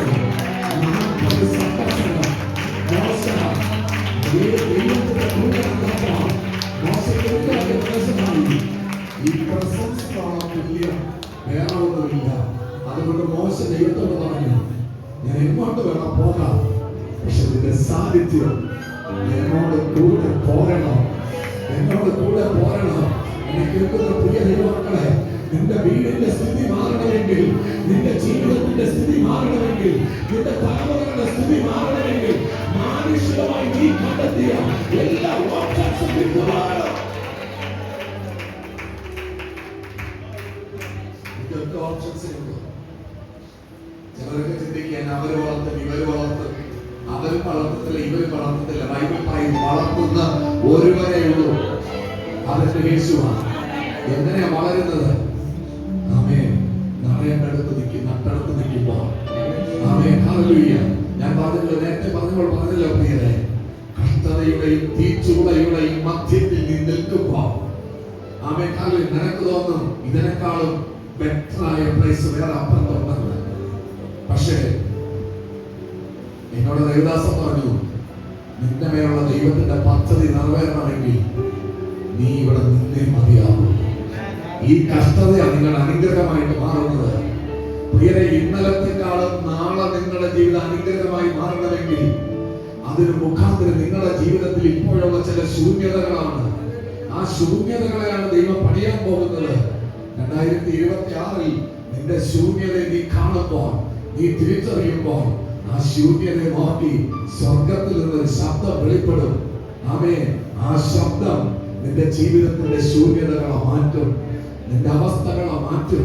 ഞാൻ പറയട്ടെ പ്രിയരെ, ഞാൻ എത്ര പ്രാഗൽഭ്യത്തോടെ പ്രസംഗിച്ചാലും സ്വർഗത്തിൽ നിന്ന് അനുകൂലമില്ല എന്നുണ്ടെങ്കിൽ ആരും ചലിക്കത്തില്ല. ഞാൻ പറഞ്ഞല്ലോ പ്രിയരെ, കഴിഞ്ഞ ദിവസം ജോയി പാസ്റ്റർ പറഞ്ഞു, ആമേൻ, നിങ്ങളുടെ ദൈവദാസനെ നിങ്ങൾ എത്രമാത്രം വിലകൽപ്പിക്കണമെന്ന് അറിയത്തില്ല. ആമേൻ. പക്ഷെ പോകുന്നിടത്തൊക്കെ ദൈവത്തിന്റെ മഹത്വം വെളിപ്പെടുത്തുമ്പോൾ മനസ്സിലാക്കണം, എന്റെ മനസ്സിനകത്ത് ഉദിച്ചതല്ല കുഞ്ഞുങ്ങൾക്ക് വേണ്ടി പ്രാർത്ഥിക്കണം എന്നുള്ളത്. ആ ദൈവദാസൻ രാത്രിയിൽ കിടന്നുറങ്ങുമ്പോൾ തലേ രാത്രിയിൽ അദ്ദേഹത്തിന് ഒരു വെളിപ്പാട്, ദർശനം കിട്ടി. യെഹെസ്കേൽ പ്രവചനം 47-ാം അധ്യായം. ആ 47-ാം അധ്യായത്തിലെ വെളിപ്പാട് ഇദ്ദേഹത്തിന്റെ മനസ്സിനകത്ത് ഇങ്ങനെ റിവൈൻഡ് ചെയ്ത് വരികയാ. ഇദ്ദേഹം കേൾക്കുന്ന ഒരു പദമുണ്ട്, ഇത് പോരാ, ഇത് പോരാ, ഇനിയും വേണം, ഇനിയും വേണം. പിറ്റേ ദിവസം മീറ്റിംഗ് കഴിയാറായപ്പോൾ എന്നോട് ചോദിച്ചു, പാസ്റ്ററെ, ഞാൻ അനൗൺസ്മെന്റ് ചെയ്യട്ടോ, നാളെ ഒരു കാത്തിരിപ്പ് യോഗമായിട്ട് എന്റെ മനസ്സ് പറയുന്ന കുഞ്ഞുങ്ങളൊക്കെ അഭിഷേകം പ്രാപിക്കുമെന്ന്. ഞാൻ പറഞ്ഞു, വെച്ചോളം തമ്മിൽ ധൈര്യമായിട്ട് ആ യോഗം ക്രമീകരിക്കാൻ പറഞ്ഞു. എന്നെ കേൾക്കുന്ന പ്രിയ ദൈവജനമേ, നിങ്ങളിൽ കൂടി വെളിപ്പെടാൻ പോകുന്നത് നിങ്ങളുടെ പദ്ധതികളല്ല, ദൈവത്തിന്റെ പദ്ധതികളാണ്. ഞാൻ പറഞ്ഞു പോകുന്നത് പ്രിയരെ, നിങ്ങളുടെ പ്ലാനുകൾ പൊളിയും, പക്ഷെ ദൈവത്തിന്റെ പ്ലാൻ പൊളിയത്തില്ല. നിങ്ങളുടെ പ്ലാനുകൾ എന്ന് നിങ്ങളുടെ ലൈഫിൽ നിന്ന് മാറോ അന്ന് ദൈവത്തിന്റെ പ്ലാൻ വെളിപ്പെടും. ഹല്ലേലൂയ. ഇവിടെ ഒന്നാമത് പറയുന്ന പദം ഉത്ഭവിക്കട്ടെ, ഉണ്ടായി വരട്ടെ. നിങ്ങളുടെ ശൂന്യതകളേതെന്ന് നിങ്ങൾ ഇന്ന് രാത്രി ഒന്ന് ചിന്തിക്കുക. നിങ്ങളുടെ ജീവിതത്തിന്റെ ശൂന്യ അവസ്ഥ ഏതാണ്? എവിടെയാ ശൂന്യത വെളിപ്പെടുന്നത്? ജീവിതത്തിന്റെ ഏത് മേഖലകളിലാണ്? ആ മേഖലയെ നീ നോക്കണം. ആ മേഖലയ്ക്കകത്ത് ഈ വചനത്തെ റിലീസ് ചെയ്യണം. ഉൽപ്പത്തി പുസ്തകം 1-ാം അധ്യായത്തിന്റെ ഏറ്റവും വലിയ പ്രത്യേകത 6 ദിവസം കണ്ടിന്യൂസ് ആയിട്ട് ദൈവത്തിന്റെ ശബ്ദത്തെ റിലീസ് ചെയ്തുകൊണ്ടേയിരുന്നു. എന്തിനെന്നറിയാമോ? ഭൂമിയുടെ ശൂന്യതയെ മാറ്റുവാൻ, ഭൂമിയുടെ പാഴവസ്ഥയെ മാറ്റുവാൻ. അവൻ പലരും ചോദിക്കുന്ന ഒരു ചോദ്യമുണ്ട്, നീ ഇറങ്ങി തിരിച്ചിട്ട് എന്ത് നേടി? ഈ ബൈബിൾ കൊടുത്തുകൊണ്ട് ഇറങ്ങി തിരിച്ചിട്ട് എന്ത് നേടി? നേരത്തെ നല്ല പാരമ്പര്യം ഉണ്ടായിരുന്നു, പല പാരമ്പര്യ സഭകൾക്കകത്തും നല്ല സ്ഥാനം ഉണ്ടായിരുന്നു. അതെല്ലാം വിട്ടെറിഞ്ഞിട്ട് ഈ ബൈബിൾ എടുത്തുകൊണ്ട് നീ ഇറങ്ങി തിരിച്ചു, വിശ്വസിച്ച് ഇറങ്ങി തിരിച്ചു. പക്ഷെ മുമ്പിൽ ഒരു ക്വസ്റ്റ്യൻ ഉണ്ട്, എന്ത് നേടി? പലരും ചോദിക്കും, എന്ത് നേടി? എന്താ പ്രിയരെ, നമ്മുടെ ലൈഫിൽ ഒരു മാറ്റം വരുത്തുന്നത്? എന്താ നമ്മുടെ ജീവിതം മാറാത്തത്? വർഷം എത്രയായി? ഒറ്റ കാര്യമുള്ളൂ, നമ്മൾ ദൈവവചനത്തിന് പ്രാധാന്യം കൊടുക്കുന്നില്ല. പ്രിയ, ഉൽപ്പത്തി പുസ്തകത്തിൽ ഭൂമിയോട് കൽപ്പിച്ചത് നിന്നോട് കൽപ്പിക്കുന്ന അളവിലോട്ട് മാറണം. അല്ല, എന്റെ കൂടെ ഉണ്ടോ നിങ്ങൾ? അത് ആ ഭൂമിയെ നോക്കി കൽപ്പിച്ചതല്ലേ എന്ന് പറഞ്ഞുകൊണ്ട് മാറിയിരിക്കാനല്ല, അത് മോശയോട് പറഞ്ഞതല്ലേ, അത് മോശയോട് പറഞ്ഞതല്ലേ എന്ന് പറഞ്ഞ് മാറ്റിവെക്കരുത്. ഈ ഭൂമിയോട് പറഞ്ഞ വചനം നിന്നോട് സംസാരിക്കുന്ന ലെവലിലോട്ട് നീയും ദൈവവുമായിട്ടുള്ള ബന്ധം മാറിക്കൊണ്ടേയിരിക്കണം. ആമേൻ. യേശു കർത്താവ് പക്ഷവാത രോഗിയെ സൗഖ്യമാക്കിയെങ്കിൽ ആ പക്ഷവാത രോഗിയോട് എഴുന്നേറ്റ് നടക്ക എന്ന് പറഞ്ഞ വചനം നിന്നോട് പറയത്തക്ക വണ്ണമുള്ള ഒരു ബന്ധത്തിലേക്ക് നീയും ദൈവവുമായിട്ട് എത്തണം. പക്ഷെ നമുക്ക് പലർക്കും ബന്ധം ആരോടാ? നമുക്ക് പലർക്കും ബന്ധം ആരോടാ? പാസ്റ്ററിന് അറിയാമോ? അറിയാം. സിസ്റ്ററിന് അറിയാമോ? അറിയാം. അവിടുത്തെ വർഷിപ്പ് ലീഡേഴ്സിന് അറിയാമോ? അറിയാം. പക്ഷെ ദൈവത്തെ എത്ര പേർക്ക് അറിയാം? ഇതൊരു ക്വസ്റ്റ്യനാ. പള്ളിയെ അറിയാം, പാതിരിയെ അറിയാം, പക്ഷെ ദൈവത്തെ എത്ര പേർക്ക് അറിയാം? നിങ്ങൾ നോക്കിക്കോണം പ്രിയരെ, നിങ്ങളൊന്ന് ചിന്തിച്ചു നോക്കിക്കേ. നിങ്ങളുടെ ലൈഫിൽ ഒരു പ്രശ്നമാണ്, നിങ്ങൾ ആദ്യം ഫോൺ എടുക്കും, സുൽപാസ്റ്റർ വിളിക്കും, കിട്ടിയില്ല. അടുത്ത് ശ്രീദാസ് സിസ്റ്റർ വിളിക്കും, കിട്ടിയില്ല. അടുത്ത ഓപ്ഷൻ ജോയ് പാസ്റ്റർ വിളിക്കും, കിട്ടിയില്ല. അടുത്ത ഓപ്ഷൻ അടുത്ത പാസ്റ്റർ നമ്പർ എടുക്കും, വിളിക്കും. അതിനർത്ഥം നിങ്ങൾക്ക് ആരുമായിട്ടാ ബന്ധം? പ്രിയരെ, എനിക്ക് വേണമെങ്കിൽ ഞാനുമായിട്ടുള്ള ബന്ധം ദൃഢമാക്കത്തക്കവണ്ണം എനിക്ക് നിങ്ങളെ ടീച്ച് ചെയ്യും. പക്ഷെ അതിനല്ല ദൈവം എന്നെ വിളിച്ചത്. നിങ്ങളെയും ക്രിസ്തുവിനെയും തമ്മിൽ ഉറപ്പിക്കാൻ ദൈവം എന്നെ വിളിച്ചത്. ന്യായപ്രമാണം പഴയ നിയമ കാലഘട്ടത്ത് ജനത്തെ രക്ഷകന്റെ അടുക്കൽ എത്തിക്കാൻ തക്കവണ്ണം ശിശുപാലകനായി മാറിയതുപോലെ ഇന്ന് എന്നെ പോലെയുള്ള ശുശ്രൂഷകരെ ആക്കി വച്ചിരിക്കുന്നത് നിങ്ങളെ ക്രിസ്തുവുമായിട്ട് ഉറപ്പിച്ച് നിർത്താൻ വേണ്ടിയാണ്. നിങ്ങളെ അടുപ്പിച്ച് അല്ലെങ്കിൽ നിങ്ങൾ അടുത്ത് വന്ന് ആ യേശു ക്രിസ്തുവുമായിട്ടുള്ള റിലേഷൻഷിപ്പിൽ നിന്ന് വിട്ടു പിരിയാതെ വണ്ണം അവനോടൊപ്പം പറ്റിച്ചേർന്ന് നിൽപ്പാൻ തക്ക വണ്ണമാണ് ദൈവം എന്നത്. അല്ലാതെ അങ്ങനെ നിങ്ങളുടെ ഓപ്ഷൻസ്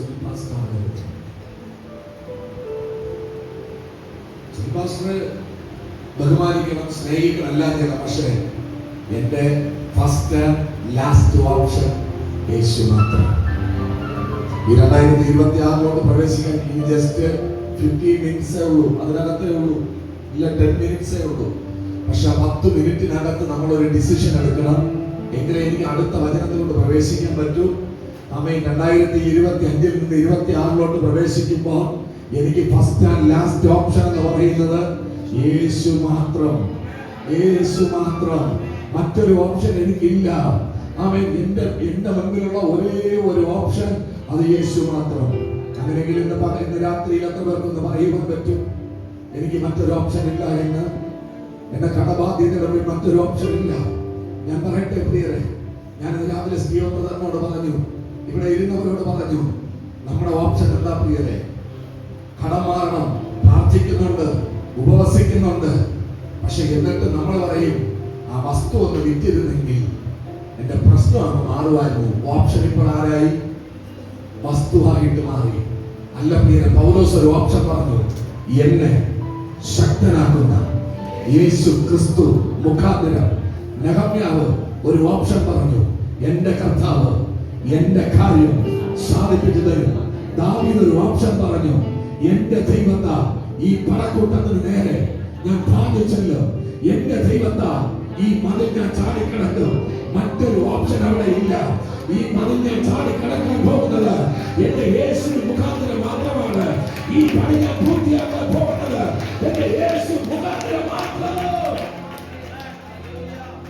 ഹല്ലേലൂയ, ആമേൻ. ഈ പ്രശ്നത്തിൽ എങ്ങനെ പുറത്തു വരും? യേശു മാത്രം. ഈ കടം എങ്ങനെ തീർക്കും? യേശു മാത്രം. ആമേൻ. ഞാൻ പറഞ്ഞിട്ടുണ്ടല്ലോ, എന്റെ പപ്പ എപ്പോഴും ചോദിക്കും, ദൈവം നിനക്ക് നൂലി കെട്ടി ഇറക്കി തരുമോ? ലോകം ചോദിക്കും, ദൈവം റിസർവ് ബാങ്കോ? അതേ പ്രിയരെ, ബൈബിൾ പഠിപ്പിക്കുകയാ, എല്ലാ അധികാരത്തിന്റെ മുകളിലും ദൈവം അവനെ അധികാരിയാക്കി വെച്ചിരിക്കുകയാ. ഈ ലോകത്തിലെ സകല അധികാരങ്ങളും യേശുവിന്റെ കാൽ കീഴിലാണ്. അങ്ങനെയെങ്കിൽ ഒരു കാര്യം ഉറപ്പാണ് പ്രിയരെ, അവൻ നമ്മുടെ ഏത് പ്രശ്നത്തിന് പരിഹാരം യേശു. ഞാൻ പറയാണ്, യേശുവിന്റെ കടം തീർക്കും. മറ്റൊരാൾ ചോദിക്കും, എങ്ങനെ തീർക്കും? ശരിക്കൊരു കാര്യം പറയാം.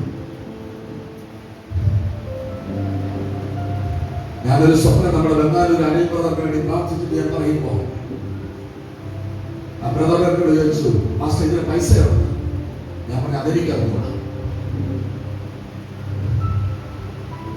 നിങ്ങൾക്ക് ആ ബിസിനസ് ഉള്ള പൈസ എവിടെ നിന്നും എനിക്ക് അറിഞ്ഞൂടാ. പക്ഷെ പറഞ്ഞതാണ് ദൈവം. എന്റെ മുമ്പിൽ ഒറ്റ ഓപ്ഷനേ ഉള്ളൂ, ദൈവം. പണം എവിടെ നിന്നോ, കടം എങ്ങനെ തീരുവെന്നോ അതൊന്നും എനിക്ക് അറിഞ്ഞൂടാ.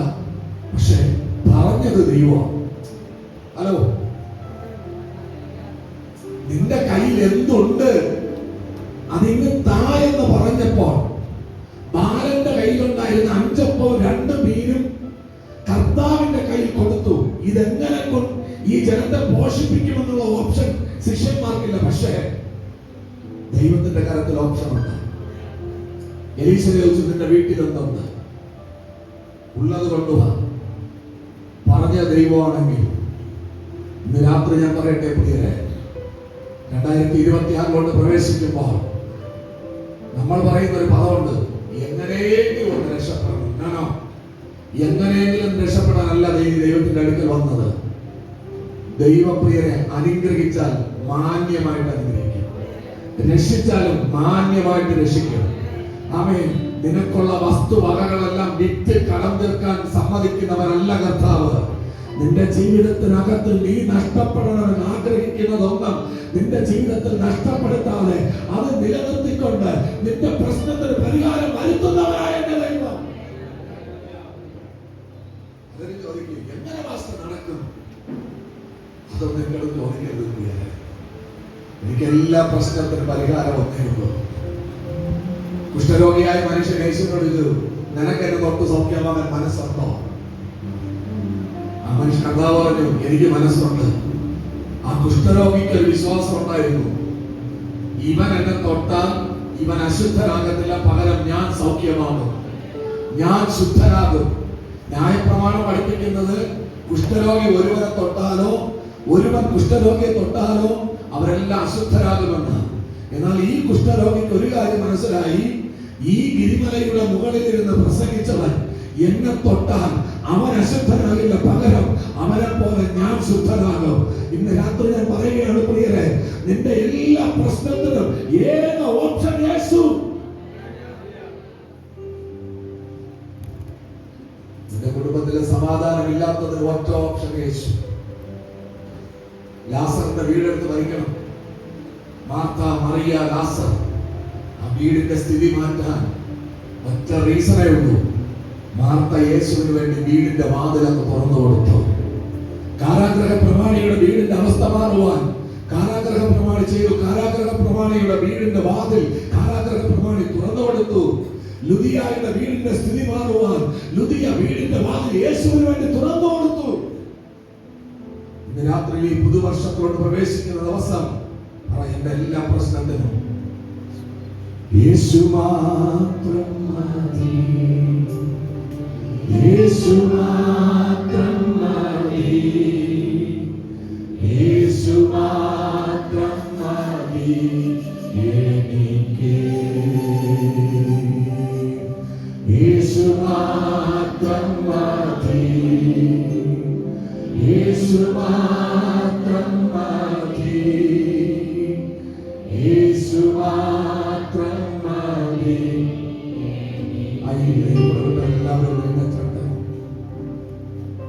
സ്വഭാവത്തിൽ ദൂതന്മാർ നിന്നുകൊണ്ടവൻ പാടി, എന്റെ ജീവിതത്തിൽ ഒരു ഓപ്ഷനേ ഉള്ളൂ, അസാധ്യങ്ങൾ അസാധ്യമാക്കുന്നൊരു ദൈവം, അത്യുന്നതങ്ങളിൽ വസിക്കുന്നവൻ.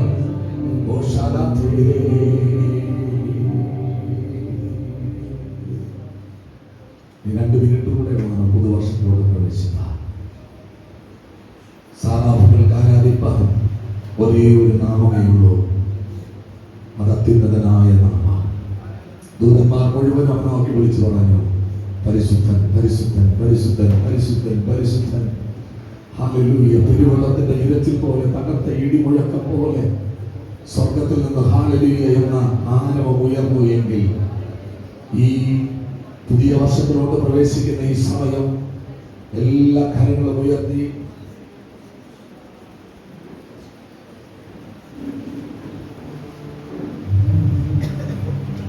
പരിശുദ്ധൻ മഹോന്നത ദേവൻ പരമെന്നും വിളങ്ങും മഹേശൻ, സ്വർഗീയ സൈന്യങ്ങൾ വാഴ്ത്തി സ്തുതിക്കുന്ന സർവ്വലോകനാഥന മശിഹ. പരിശുദ്ധൻ മഹോന്നത ദേവൻ പരമെന്നും വിളങ്ങും മഹേശൻ, സ്വർഗീയ സൈന്യങ്ങൾ വാഴ്ത്തി സ്തുതിക്കുന്ന സർവ്വലോകനാഥന മശിഹ.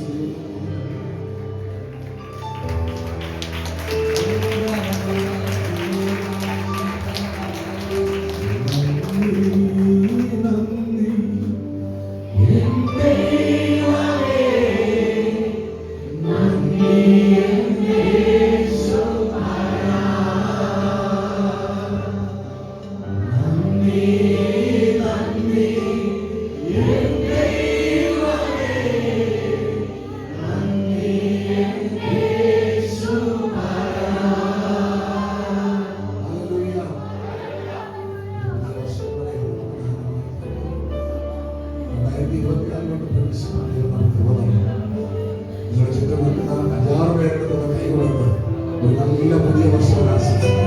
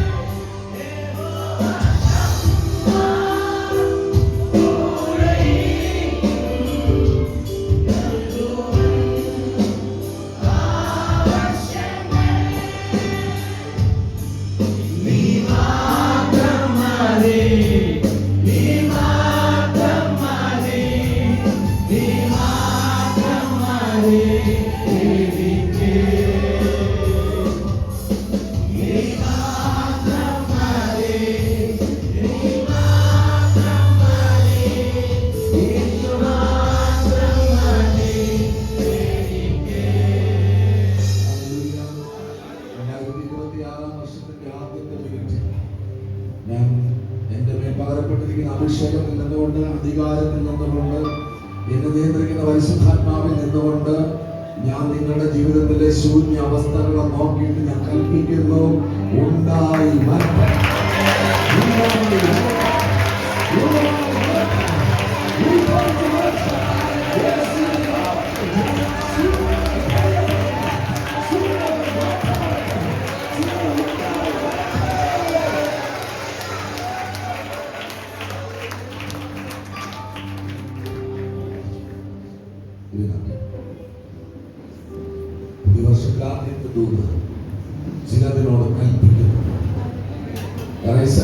സഭയ്ക്കകത്ത് ഒരു അതോറിറ്റിയുടെ മിനിസ്റ്റർ തരാൻ,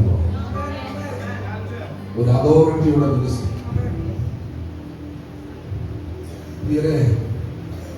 നമ്മൾ എന്താണോ പറയുന്നത് അതുപോലെ.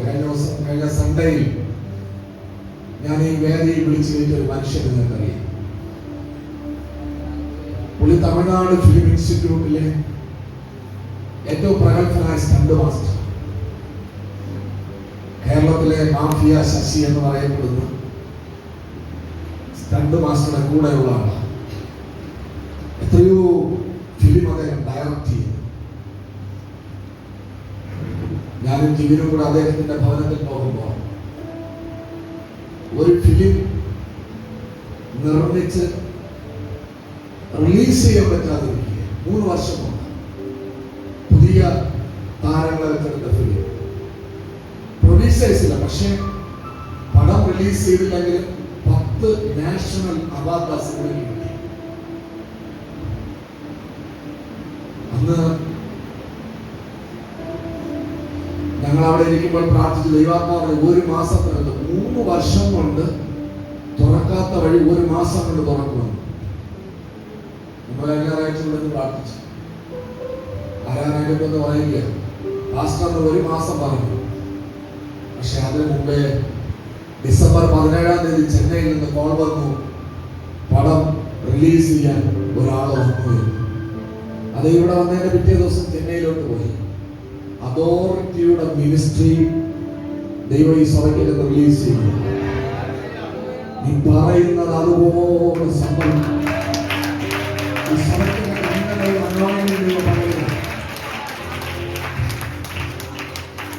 എന്നോട് സംസാരിച്ച കാര്യമാണ്.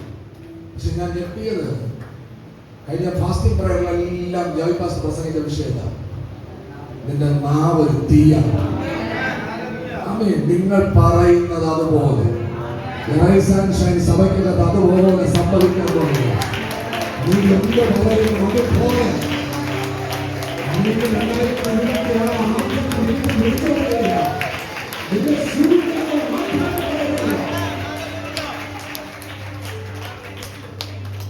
പുതുവഴികൾ നോക്കാൻ പറയുന്നു. ചില പുതുവഴികൾ ഒരു കാര്യം ഞാൻ പറയാൻ പ്രിയരെ, ദൈവത്തിന്റെ ഒരു ശബ്ദം മതി നിന്റെ സ്ഥിതി മാറ്റാം. പക്ഷെ ഒറ്റ കാര്യം, ഈ ദൈവശബ്ദത്തിന് പ്രാധാന്യം കൊടുക്കണമെങ്കിൽ നമ്മുടെ മുൻപിൽ വച്ചിരിക്കുന്ന മറ്റെല്ലാ ഓപ്ഷനും മാറ്റിയിരിക്കണം. വസ്തു വിൽക്കുമോ ഇല്ലയോ അതൊന്നും എനിക്കറിയത്തില്ല. പക്ഷെ എന്റെ ദൈവത്താൽ എന്റെ കടമാണ്. ഹലോ, എന്റെ കൂടെ ഉണ്ടോ നിങ്ങള്? നമ്മുടെ ഒരു ഓപ്ഷനാണ് വസ്തു വിൽക്കുക എന്നുള്ളത്. വസ്തു വിറ്റ് കടം തീർക്കുക എന്നുള്ളത് നമ്മുടെ ഒരു ഓപ്ഷനാണ്. പക്ഷെ ഞാൻ പറയുന്നത് അത് നമ്മുടെ ഓപ്ഷൻ ആകരുത്. നമ്മുടെ ഓപ്ഷൻ ദൈവമാണ്. എന്റെ ദൈവത്താൽ എന്റെ കടം വീട്ടും. ഹലോ, ഞാൻ കടം വസ്തു വിറ്റ് കടം വീട്ടുമെന്നല്ല, എന്റെ ദൈവത്താൽ ഞാൻ കടം വീട്ടും. എന്റെ ദൈവത്താൽ ഞാൻ കടം വീട്ടും. എന്റെ ദൈവത്താൽ എന്റെ കുഞ്ഞ് അനുഗ്രഹിക്കപ്പെടും. എന്റെ ദൈവത്താൽ എന്റെ വീടിന്റെ പണി പൂർത്തിയാക്കപ്പെടും. എന്റെ ദൈവത്താൽ എന്റെ കുഞ്ഞിന്റെ പഠിത്തം പൂർത്തിയാക്കപ്പെടും. എന്റെ ദൈവത്താൽ എന്റെ കുഞ്ഞിന്റെ വിവാഹം നടക്കും. എന്റെ ദൈവത്താൽ എന്റെ പ്രശ്നങ്ങൾക്ക് പരിഹാരം ഉണ്ടാകും. എന്റെ ദൈവത്താൽ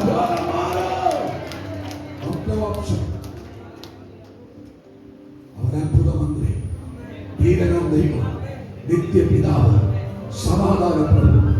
കഴിഞ്ഞ സൺഡേ ഞാൻ മെസ്സേജ് കഴിഞ്ഞപ്പോൾ എത്ര സഹോദരങ്ങളെ എന്നോട് വന്ന് പറഞ്ഞത്, പാസ്റ്ററെ ഞാൻ ഇന്നലെ ദൈവത്തോട് ചോദിച്ചതേ ഉള്ളൂ, എന്നോടാണ് പാസ്റ്റർ ഇന്ന് പ്രസംഗിച്ചത് മൊത്തം. പ്രിയ, നമ്മുടെ ഓപ്ഷനൊക്കെ മാറ്റിവെക്കുക. നമ്മുടെ ഓപ്ഷൻ PSC അല്ല. ഞാൻ ടെസ്റ്റ് ചെയ്തു, പക്ഷെ എന്റെ ദൈവത്താൽ ഞാൻ ജോലി നേടും. ഹലോ, എന്റെ ദൈവത്താൽ ഞാൻ ജോലി നേടും. അവൻ എനിക്കൊറ്റ ഓപ്ഷനേ ഉള്ളൂ.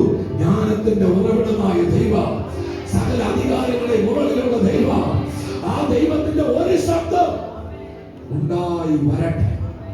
നിന്റെ ഫിനാൻഷ്യൽ മേഖലയ്ക്കകത്ത് നിനക്ക് ആവശ്യമായ സമ്പത്ത് ഉണ്ടായി വരട്ടെ.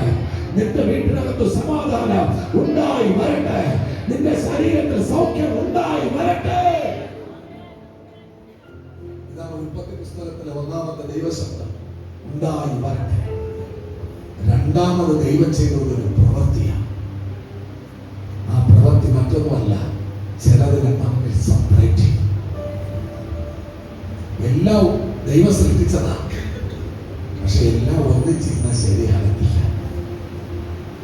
ദൈവം ഓരോന്നിനെയും സൃഷ്ടിക്കുമ്പോൾ ഓരോന്നിനും അതിൻ്റെതായ റീസൺസ് ഉണ്ട്, ഉപയോഗങ്ങളുണ്ട്. പക്ഷേ ചിലത് മാറി നിന്നേ മതിയാകും. ഒരു ദൈവപൈതന്റെ ജീവിതത്തിൽ ഏറ്റവും പ്രധാനപ്പെട്ടതാണ് സെപ്പറേഷൻ, വേർതിരിക്കുക. അങ്ങനെയെങ്കിൽ പ്രിയരെ, 2026 പ്രവേശിക്കുമ്പോൾ നമ്മിൽ വെളിപ്പെടേണ്ട ദൈവപ്രവൃത്തി, നമുക്ക് ആവശ്യമില്ലാത്തതൊക്കെ നമ്മുടെ ലൈഫിൽ നിന്ന് ദൈവം സെപ്പറേറ്റ് ചെയ്യും. നമ്മുടെ ജീവിതത്തിന്റെ മുൻപോട്ടുള്ള യാത്രയ്ക്ക് തടസ്സമായി നിൽക്കുന്ന മേഖലകളൊക്കെ സെപ്പറേറ്റ് ചെയ്യും. ദൈവവുമായിട്ട് അടുത്ത് ഇടപഴകുന്നതിന് തടസ്സമായി നിൽക്കുന്നതൊക്കെ വേർതിരിക്കണം. ആകാശത്തെയും ഭൂമിയെയും തമ്മിൽ ദൈവം വേർതിരിച്ചു. കരയെയും വെള്ളത്തെയും തമ്മിൽ വേർതിരിച്ചു. ഇരുളിനെയും വെളിച്ചത്തെയും തമ്മിൽ വേർതിരിച്ചു. പ്രിയരെ, നമ്മുടെ ലൈഫിൽ ദൈവത്തിന്റെ മഹത്വം വെളിപ്പെടണമെങ്കിൽ ചിലത് നമ്മൾ വേർതിരിച്ചേ മതിയാവും. എന്താ നമ്മിൽ നിന്ന് മാറ്റേണ്ടത്? ദൈവവുമായിട്ട് ഒരു അഭേദ്യമായ റിലേഷൻഷിപ്പ് വളർത്തിയെടുക്കുന്നതിന്, ദൈവത്തിന്റെ മഹത്വം നമ്മുടെ ജീവിതത്തിൽ അനുഭവിക്കേണ്ടതിന് എഗെയിൻസ്റ്റ് ആയിട്ട് നമ്മിൽ എന്താ മാറേണ്ടത്? നിങ്ങൾ ബൈബിൾ വായിക്കുന്ന വചനം, സമയം, നിങ്ങൾ പ്രാർത്ഥിക്കുന്ന സമയം മറ്റെന്തെങ്കിലും കവർന്നെടുക്കുന്നെങ്കിൽ നിങ്ങൾക്ക് തോന്നുന്നുണ്ടോ? ഞാനൊരു എക്സാമ്പിൾ പറയാം. ഞാനൊരു സമയത്ത് ചില വർഷങ്ങൾക്ക് ഒരു ബ്രദറിന് വേണ്ടി പ്രാർത്ഥിച്ചു. ആ ബ്രദറിന്റെ പേരിൽ സുപ്രീം കോടതിയിൽ ഒരു കേസുണ്ട്. സാധാരണ ഒരു കേസല്ല. ഈ ഭീകരവാദികൾ, അതിനെ കുറിച്ച് ഒരു ഇതുണ്ടല്ലോ, ഭീകരവാദത്തിന് വേണ്ടി കേസെടുക്കുന്നത്, തീവ്രവാദികൾക്ക് അതൊരു അത് പ്രത്യേക പിന്നാണ്. ഈ ചെറുപ്പക്കാരനെതിരെ അങ്ങനെ ഒരു കേസ് ചുമത്തി. ഈ ചെറുപ്പക്കാരൻ ചെയ്ത തെറ്റെന്തെന്നറിയാമോ? ഈ ഗൂഗിളിൽ ഒരു സൈറ്റ് സെർച്ച് ചെയ്തു. പക്ഷെ ഈ ചെറുപ്പക്കാരൻ സെർച്ച് ചെയ്ത സൈറ്റ് ഭീകരവാദത്തിന്റെ സൈറ്റായിരുന്നു. എന്തെന്നറിയാൻ വേണ്ടി ആഗ്രഹിച്ച്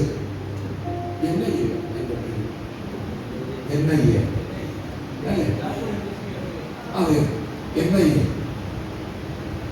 ഇദ്ദേഹം പോലും അറിയാതെ ഇദ്ദേഹത്തിന്റെ പേരിൽ NIA കേസെടുത്തു. കേസ് സുപ്രീം കോടതിയിലായി. ഭയങ്കര വിഷയമായി.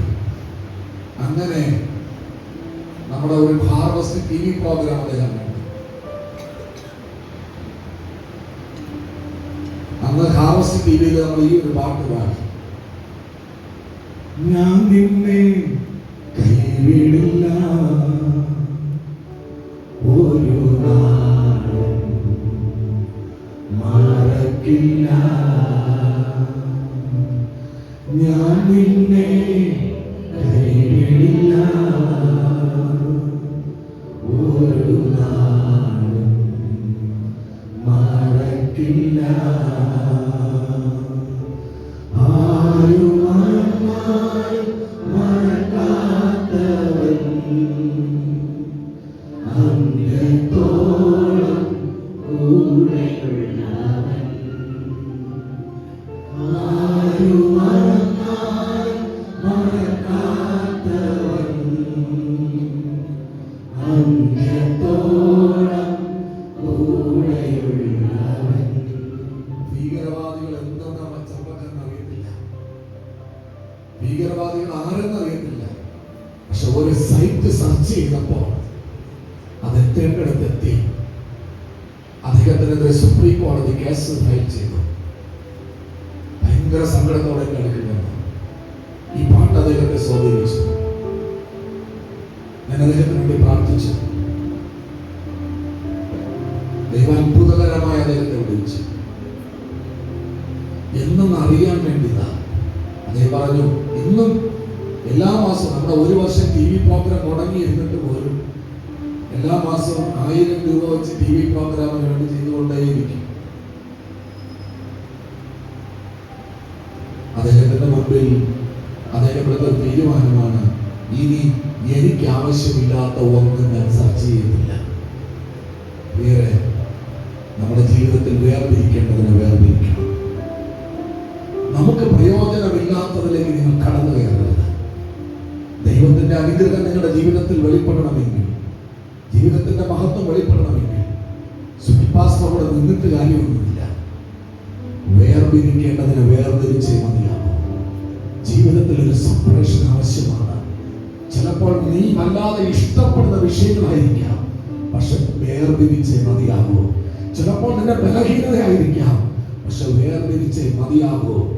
ഞാൻ ഒന്ന് പറയട്ടെ പ്രിയരെ, ചില ഇഷ്ടങ്ങളൊക്കെ ത്യജിക്കുമ്പോഴാണ് ചില ഇഷ്ടങ്ങൾ നമ്മുടെ ജീവിതത്തിൽ നിറവേറുന്നത്. എനിക്കൊരു കാര്യം ഉറപ്പാണ്, ദൈവത്തിന് എന്നോട് ഭയങ്കര ഇഷ്ടമാണ്. ദൈവത്തിന് എന്നെ ഭയങ്കര ഇഷ്ടമാണ്. ഇവിടെ ഇരിക്കുന്ന നിങ്ങളെ കുറിച്ചെല്ലാം ദൈവത്തിന് ഭയങ്കര ഇഷ്ടമാണ്. ഹല്ലേലൂയ. കൊട്ടാരക്കരയിലെ വിനോദം എന്ന് പറഞ്ഞൊരു ബ്രദറുണ്ട്.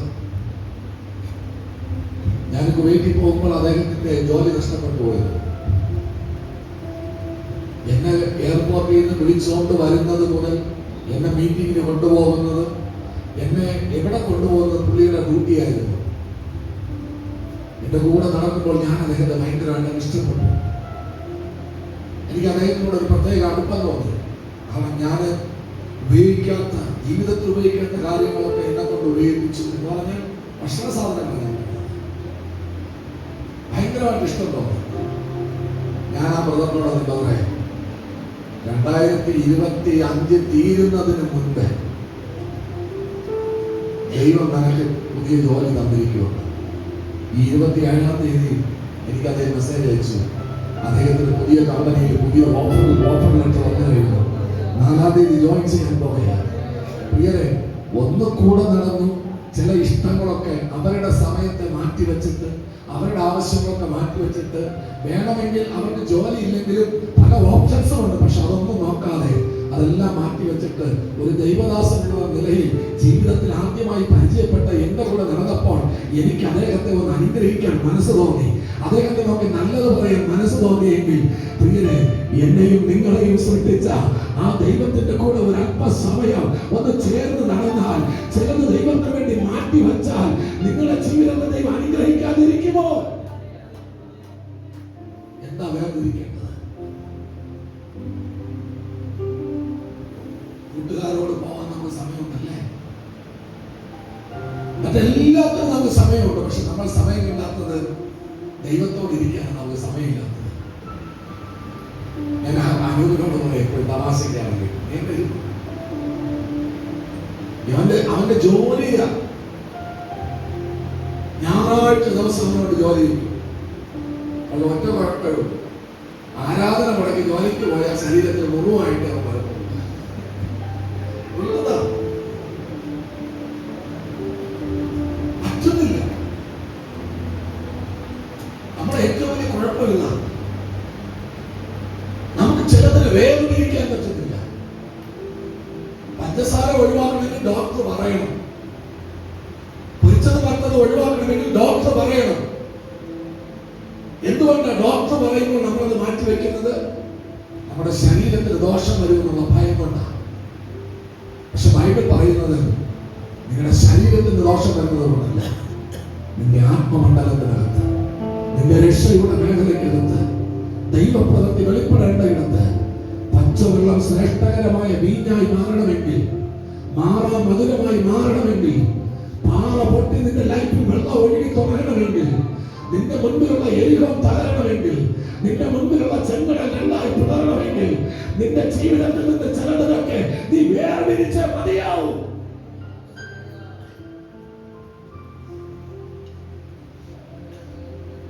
പക്ഷെ നമുക്ക് ഇതിന് ബുദ്ധിമുട്ടാണ്.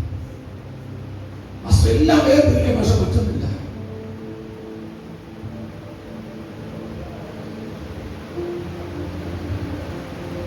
വേർതിരിവ് പ്രധാനപ്പെട്ട ഒരു കാര്യമാണ്.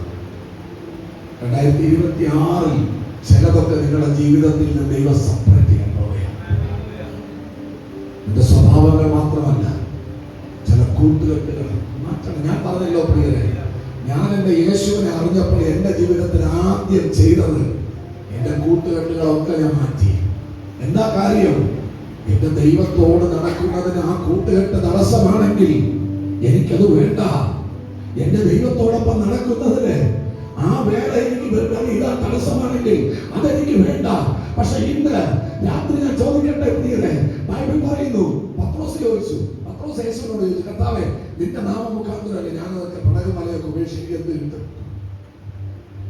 കർത്താവ് പറഞ്ഞു, നിന്റെ നാമം മുഖാന്തരം ഞാൻ എന്തെങ്കിലും ത്യജിച്ചിട്ടുണ്ടെങ്കിൽ അതിന്റെ 100 മടങ്ങ് ഞാൻ നിനക്ക് മടക്കി തരാം.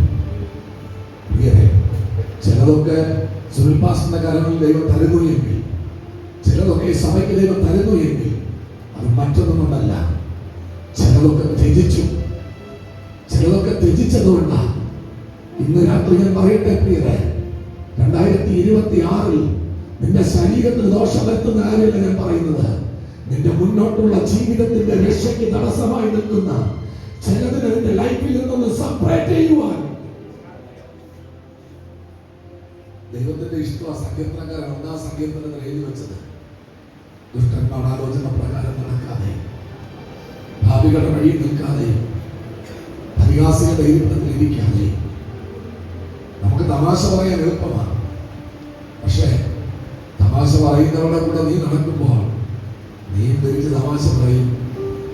പക്ഷെ നീ തമാശ പറയുമ്പോൾ ചിലരുടെ ബലഹീനതകൾ വെച്ച നീ തമാശ പറയുന്നത്, ചിലരുടെ കളർ വെച്ച നീ തമാശ പറയുന്നത്.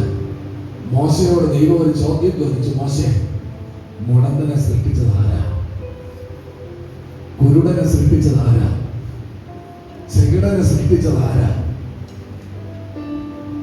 നീ ഒരുവന്റെ കളർ വെച്ച് നീ അവനെ പരിഹസിക്കുമ്പോൾ അതിനർത്ഥം അവനെ സൃഷ്ടിച്ച ദൈവത്തിന്റെ കരത്തെ ദൈവത്തെ നീ പരിഹസിക്കുന്നത്. ഒരു മനുഷ്യന്റെ ശരീരത്തിലെ ബലഹീനതകളെ വെച്ച് നിങ്ങൾ പരിഹസിക്കുമ്പോൾ അതിനർത്ഥം നിങ്ങൾ പരിഹസിക്കുന്നത് അവനെ ക്രിയേറ്റ് ചെയ്ത ദൈവത്തെയാണ്. അതുകൊണ്ടാണ് ബൈബിൾ എഴുതി വെച്ചത്, പരിഹാസികളുടെ ഇരിപ്പിടത്തിൽ നിങ്ങൾ ഇരിക്കരുത്. പരിഹാസികൾ മറ്റുള്ളവരുടെ ബലഹീനതകളെ ചൂണ്ടിക്കാണിച്ച് അവനെ പരിഹസിക്കുമ്പോൾ യേശു പറഞ്ഞു, എന്റെ മേൽ പകരപ്പെട്ടിരിക്കുന്നത് ഹൃദയം തകർന്നവരുടെ മുറിവ് കിട്ടുന്ന അഭിഷേകമാണ്. ഈ 2026 നമുക്കൊരു തീരുമാനമെടുക്കാമോ?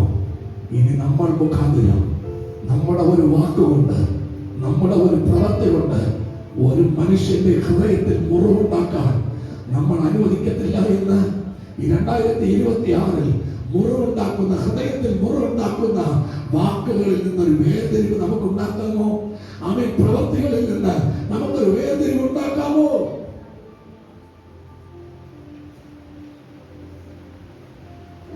ചേർച്ചയില്ലാത്തതൊക്കെ വേർതിരിക്കപ്പെടണം. നിന്റെ അനുഗ്രഹത്തിന്റെ തടസ്സം ഒന്ന് ഞാൻ പറയട്ടെ പ്രിയരെ, ഭൂതത്തിനും ദൈവത്തിനും തമ്മിൽ ഒരു ചേർച്ചയുമില്ല. ഇത് രണ്ടിനും കൈകൊടുത്തുകൊണ്ട് നിന്നാൽ നമ്മൾ അനുഗ്രഹം പ്രാപിക്കത്തില്ല. നമ്മൾ ഇതിനൊക്കെ പറയുന്ന ഒരു പദമുണ്ട്, മതസൗഹാർദ്ദം. ഇവിടെ ഇരിക്കുന്ന മാതാപിതാക്കളോട് ഞാൻ പറയട്ടെ, നിങ്ങളെ കുഞ്ഞുങ്ങൾ പഠിക്കുന്ന സ്കൂളില് പൂജവയ്പ്പിന് നിങ്ങളുടെ കുഞ്ഞിന്റെ ബുക്ക് അതിന്റെ കൂട്ടത്തുണ്ടാകരുത്. വേർപിരിയേണ്ടടുത്ത് വേർപിരിഞ്ഞ് നന്നായി മതിയാകും. അവരുടെ വിശ്വാസം അവർ വച്ച് പൂജിച്ചോട്ടെ. പക്ഷെ എന്റെ കുഞ്ഞ് സെപ്പറേറ്റ് ചെയ്യേണ്ടതൊക്കെ സെപ്പറേറ്റ് ചെയ്തേ മതിയാകും പ്രിയരെ. ആമേൻ, ഹല്ലേലൂയ. ഒരിക്കലും പ്രിയ 2 വള്ളത്ത് കാച്ചവണ്ടി നിൽക്കാൻ പറ്റത്തില്ല. ബൈബിൾ പഠിപ്പിക്കുകയാണ്, സെപ്പറേഷൻ ആവശ്യമാണ്. അതുകൊണ്ട് പെന്തക്കോസ്തുകാർക്ക് ലോകമിട്ട പേര് വേർതിരിക്കപ്പെട്ട കൂട്ടം. എന്താണ്? വേർതിരിക്കപ്പെട്ടവരെ. ഇവർ നമ്മളോടൊന്നും ചേരത്തില്ല. സ്മിതയുടെ ഒരു അംഗമുണ്ട്, അദ്ദേഹം ട്രിവാൻഡ്രത്ത് വലിയ പേര് കേട്ട കളരിപ്പയറ്റ് സംഘടിപ്പിച്ചു. ഞാനൊക്കെ എന്റെ ചെറുപ്പകാലത്ത് ഇതിന്റെ പറയുന്ന പോലെയാണ്. അപ്പോൾ അന്ന് അദ്ദേഹത്തിന്റെ കളരിപ്പയറ്റിലൊരു മെയിൻ ആളുണ്ട്. അത് എന്നോട് ചോദിച്ചു, മോനെ എന്താ കളരിപ്പയറ്റ് പഠിക്കാൻ വിടാത്തത്? പെട്ടെന്ന് അതേപോലെ, അയ്യോ നിങ്ങൾ കളരിപ്പയറ്റ് പഠിക്കുന്നില്ലല്ലോ, നിങ്ങൾ ആശാന്റെ കാല് തൊട്ട് തൊഴത്തില്ലല്ലോ. അവർക്കറിയാം, ലോകത്തിലുള്ളവർക്കറിയാം നീ ആ കൂട്ടത്തിൽ പെടുന്നതല്ല എന്ന്. ഹലോ, എന്റെ കൂടെ ഉണ്ടോ നിങ്ങൾ? പക്ഷെ നമുക്കതറിയത്തില്ല. നമ്മൾ ഇന്ത്യയിൽ പ്രിയരെ, കളരിപ്പയറ്റ് പഠിച്ചിട്ടുള്ളവർക്ക് അറിയാം, കളരിപ്പയറ്റില് ഒന്നാമത്തെ അളവ് സൂര്യ നമസ്കാരം.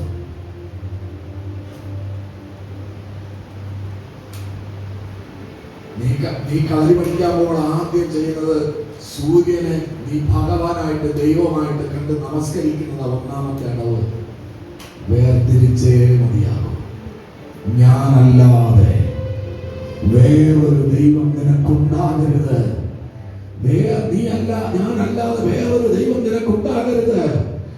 നമ്മൾ പോലും അറിയാതെ നമ്മുടെ അനുഗ്രഹത്തിന് തടസ്സമാകുന്ന വഴികളെ ഞാൻ പറഞ്ഞു വരുന്നത്. നിന്റെ ലൈഫിനകത്ത് ദൈവത്തിന്റെ അനുഗ്രഹം പ്രാപിക്കണമെങ്കിൽ, ദൈവത്തിന്റെ ഉയർച്ച പ്രാപിക്കണമെങ്കിൽ നീ ചിലതിനെ സെപ്പറേറ്റ് ചെയ്താൽ മതിയാകും.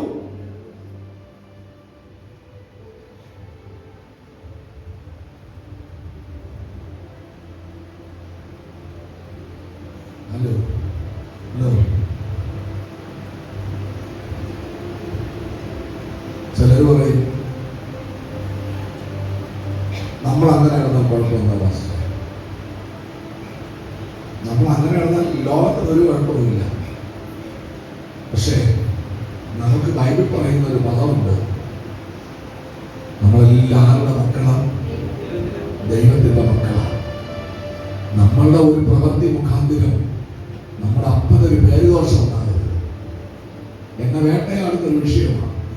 ദൈവത്തിന്റെ കൃപയാൽ ഈ നിമിഷം വരെ എൻ്റെ അപ്പനെ ഒരു പേരുദോഷം വരുത്തിയിട്ടില്ല. ഒന്നേ ഉള്ളൂ, അകത്തൊരു തീ കത്തുന്നുണ്ട്, കൂടെ ഒരാളുണ്ട് എന്ന്. നീ ഒറ്റയ്ക്കായിരിക്കുമ്പോഴും നീ എവിടെ പോയാലും നിന്റെ അകത്തൊരു തീ കത്തണം. നിന്റെ അകത്ത് കിടക്കുന്ന, നിന്റെ ശരീരത്തിൽ മറഞ്ഞു കിടക്കുന്ന പാപത്തിന്റെ പ്രവണതകൾ പുറത്തു വരുന്നതിന് നിന്നിൽ നിന്ന് വേർപെടുത്തിയേ മതിയാകൂ. അങ്ങനെയുള്ള അവസരങ്ങളെ നീ ഒഴിവാക്കിയേ മതിയാകൂ.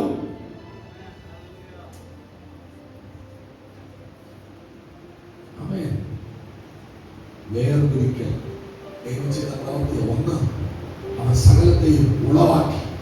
രണ്ട്, ചിലതിനെ തമ്മിൽ വേർതിരിച്ചു.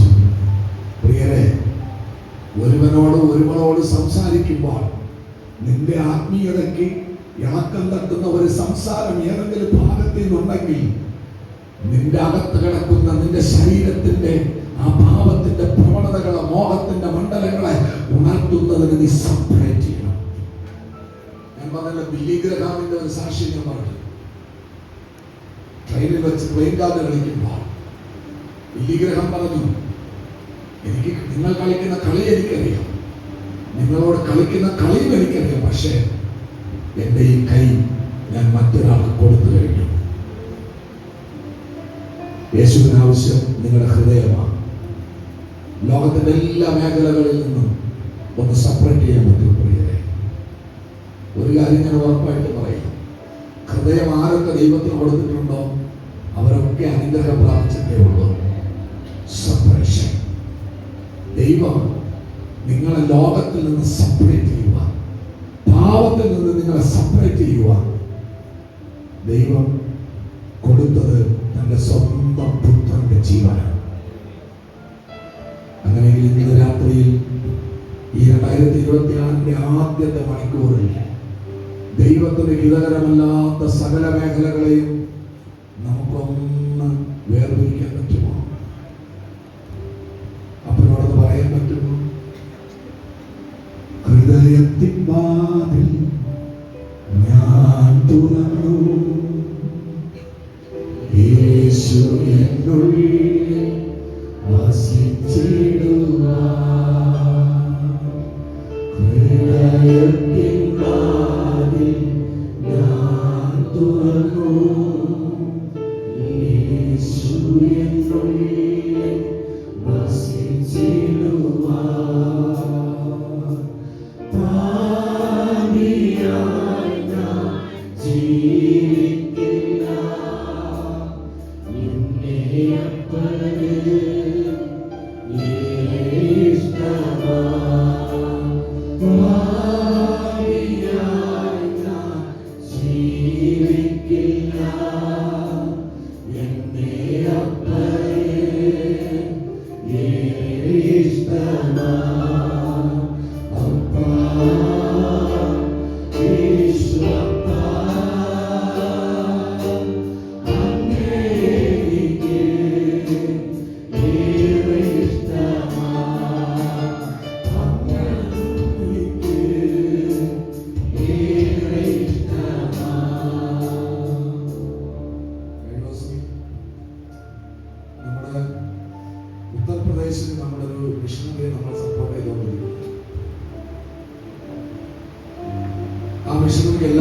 മാസവും കറക്റ്റ് 31-ാം തീയതി ആകുമ്പോൾ ആ പേയ്മെന്റ് അയച്ചിട്ട് ബിജു ബ്രദർ എനിക്ക് മെസ്സേജ് അയക്കും.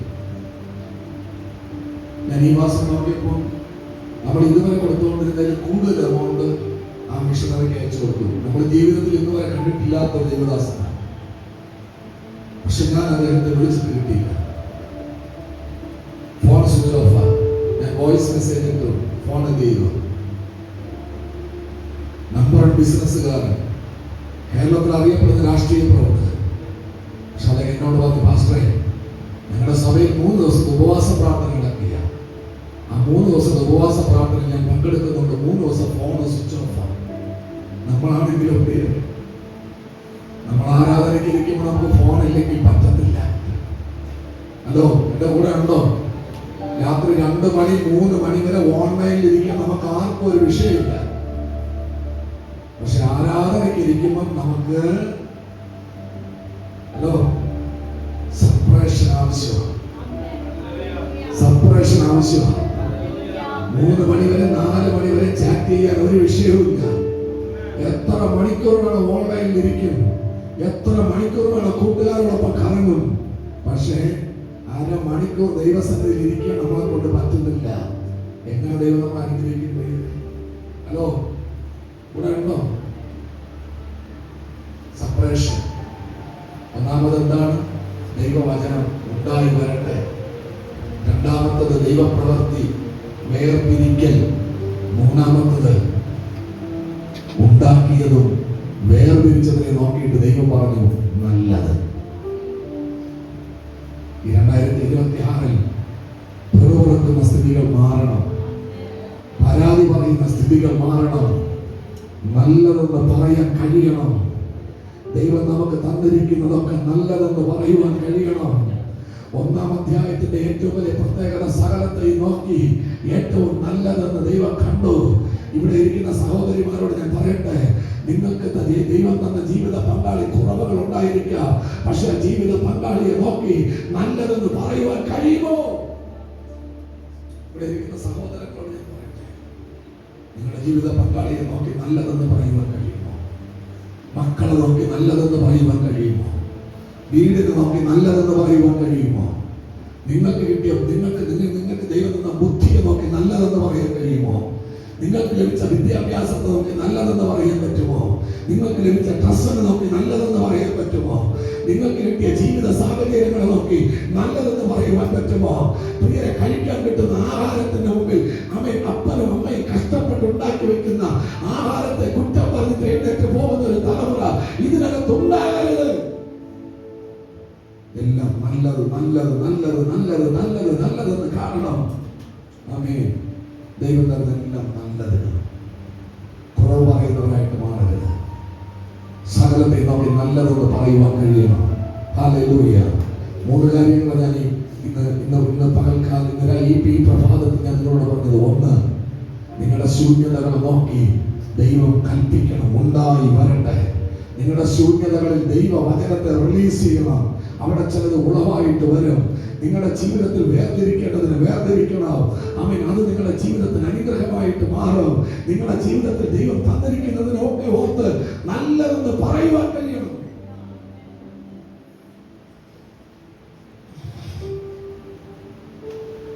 നമ്മുടെയൊക്കെ വീടുകളെ നോക്കി ദൈവത്തിനൊന്ന് സ്തോത്രം ചെയ്യണം.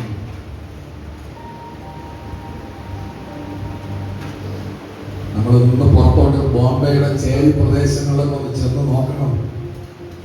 വെറും 4 ഇരുമ്പ് ഷീറ്റ് മറച്ചു വെച്ച് അപ്പനും അമ്മയും മക്കളും ഒക്കെ താമസിക്കുന്നത് കാണുമ്പോൾ ഒന്ന് പ്രാഥമിക കാര്യം പോലും ചെയ്യാൻ നിവൃത്തിയില്ലാതെ, ആമേൻ, ഉത്തർപ്രദേശിൽ നിങ്ങൾ പോകുമ്പോൾ കാണാൻ പറ്റും.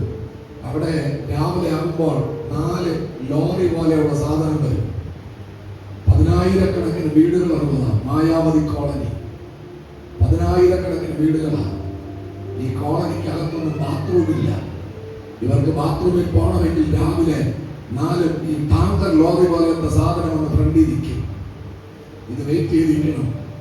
അങ്ങനെയെങ്കിൽ പ്രിയരെ, ദൈവം നമുക്ക് നൽകിയിരിക്കുന്ന വീടിനോർത്തൊന്ന് സ്തോത്രം ചെയ്യാൻ പറ്റുമോ? ആമേൻ. നമ്മുടെ വീടിന്റെ കുറവുകളല്ല നമ്മൾ കാണേണ്ടത്. ഈ വീട് നമുക്ക് തന്നതിനായി സ്തോത്രം. അവൻ ഇട്ട് ഉപയോഗിച്ചു കഴിഞ്ഞ പഴയ വസ്ത്രങ്ങൾക്ക് വേണ്ടി അടിപിടി കൂടുന്ന ആൾക്കാരെ നമുക്ക് നോർത്ത് ഇന്ത്യയിലോട്ട് പോകുമ്പോൾ കാണാൻ പറ്റും. ഒരല്പം കളർ കുറഞ്ഞതായിക്കോട്ടെ, വില കുറഞ്ഞതായിക്കോട്ടെ, ഒരു വസ്ത്രം മാതാപിതാക്കൾ എടുത്തു തന്നാൽ ഒന്ന് സ്തോത്രം ചെയ്യാൻ പറ്റുമോ പ്രിയരെ? നല്ല ആഹാരം കിട്ടാതെ കഴിയുന്ന എത്ര പേരുണ്ട്? അപ്പനമ്മമാരുണ്ടാക്കി വെക്കുന്ന ആഹാരത്തെ സ്തോത്രത്തോടെ ഭക്ഷിക്കാൻ പറ്റുമോ? നല്ലതെന്ന് പറയാൻ കഴിയും. എൻ്റെ അമ്മ നല്ലതെന്ന് പറയാൻ കഴിയണം, എൻ്റെ അപ്പൻ നല്ലതെന്ന് പറയാൻ കഴിയണം. ഹല്ലേലൂയ.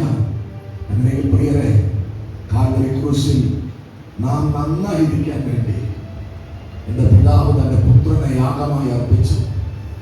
ഈ പുതിയ വർഷം എൻ്റെ യേശുവിൻ്റെ മരണത്തെ പ്രസ്താവിച്ചുകൊണ്ടാണ് നമ്മൾ മുന്നോട്ട് പോകാൻ പോകുന്നത്. നമ്മൾ തിരുമേശയിനടുക്കിലോട്ട് പ്രവേശിക്കാൻ പോകുകയാണ്. ഈ തിരുമേശയിലോട്ട് പ്രവേശിക്കുമ്പോൾ യേശു കർത്താവ് ശിഷ്യന്മാരോട് പറഞ്ഞു, ഇത് നിങ്ങൾക്ക് വേണ്ടി നുറുക്കപ്പെട്ട എൻ്റെ ശരീരമാകുന്നു, ഇത് നിങ്ങൾക്ക് വേണ്ടി ചൊരിയപ്പെട്ട എൻ്റെ പുതിയ നിയമമാകുന്നു. ഇത് നിങ്ങൾ വാങ്ങി ഭക്ഷിക്കണം, ഇത് നിങ്ങൾ വാങ്ങി പാനം ചെയ്യണം. കാരണം ഈ അപ്പം നമ്മൾ നുറുക്കിയെടുക്കുമ്പോൾ നമുക്ക് വേണ്ടി നുറുക്കപ്പെട്ട ക്രിസ്തുവിൻ്റെ ശരീരത്തെ നമ്മൾ നുറുക്കുന്നത് പോലെയാണ്. ചില വർഷങ്ങൾക്ക് മുൻപ് ഒരു കർത്തൃമേശയിൽ ഞാൻ പങ്കെടുക്കുമ്പോൾ പ്രിൻസ് പാസ്റ്റർ ഒരു മെസ്സേജ്, ഇന്നും ഞാൻ മറക്കാത്തൊരു മെസ്സേജ്, പീലാത്തോസ്, മഹാപുരോഹിതനായ പീലാത്തോസ് യേശുവിനെ വിട്ടുകൊടുക്കുക. ഇതാ, ഇവനെ ഞാൻ നിങ്ങൾക്ക് തരികയാണ്, ഇവനെ ഞാൻ നിങ്ങളെ ഏൽപ്പിക്കുകയാണ്. എന്തിനു വേണ്ടി? നമ്മുടെ പാപത്തിന്റെ പരിഹാരത്തിന് വേണ്ടി. പീലാത്തോസ് എന്ന മഹാപുരോഹിതൻ യേശുവിനെ നമ്മുടെ കരങ്ങളിൽ ഏൽപ്പിച്ചു. നമ്മൾ അവനെ ക്രൂശിച്ചു. നമുക്ക് വേണ്ടി അവൻ തകർക്കപ്പെട്ടു, നമുക്ക് വേണ്ടി അവന്റെ രക്തം ചിന്തപ്പെട്ടു. എന്തിനു വേണ്ടിയാണ്? നമ്മുടെ പാപത്തിന്റെ പരിഹാരത്തിന് വേണ്ടി. അങ്ങനെയെങ്കിൽ ഈ പുതിയ വർഷം നമുക്ക് ഏറ്റവും അനുഗ്രഹമായി മാറട്ടെ പ്രിയരെ. നമ്മുടെ ജീവിതത്തിന്റെ ഓരോ വിഷയങ്ങളിലും ദൈവവചനത്തെ നമ്മൾ ഉപയോഗിക്കണം. നമ്മുടെ ജീവിതത്തിനകത്ത് വേർതിരിക്കേണ്ടതിനൊക്കെ നമ്മൾ വേർതിരിക്കണം. ജീവിതത്തിൽ ദൈവം നമുക്ക് തന്നതൊക്കെ നല്ലതെന്ന് പറയുവാൻ കഴിയണം. അങ്ങനെയെങ്കിൽ 2026 നിങ്ങളുടെ ജീവിതത്തിൽ ഏറ്റവും അനുഗ്രഹമായി മാറും. ഒരു നിമിഷമായി ഇരിക്കുന്ന ഇരിപ്പിടം വിട്ടൊന്ന് എഴുന്നേറ്റ് നിന്നാട്ടെ.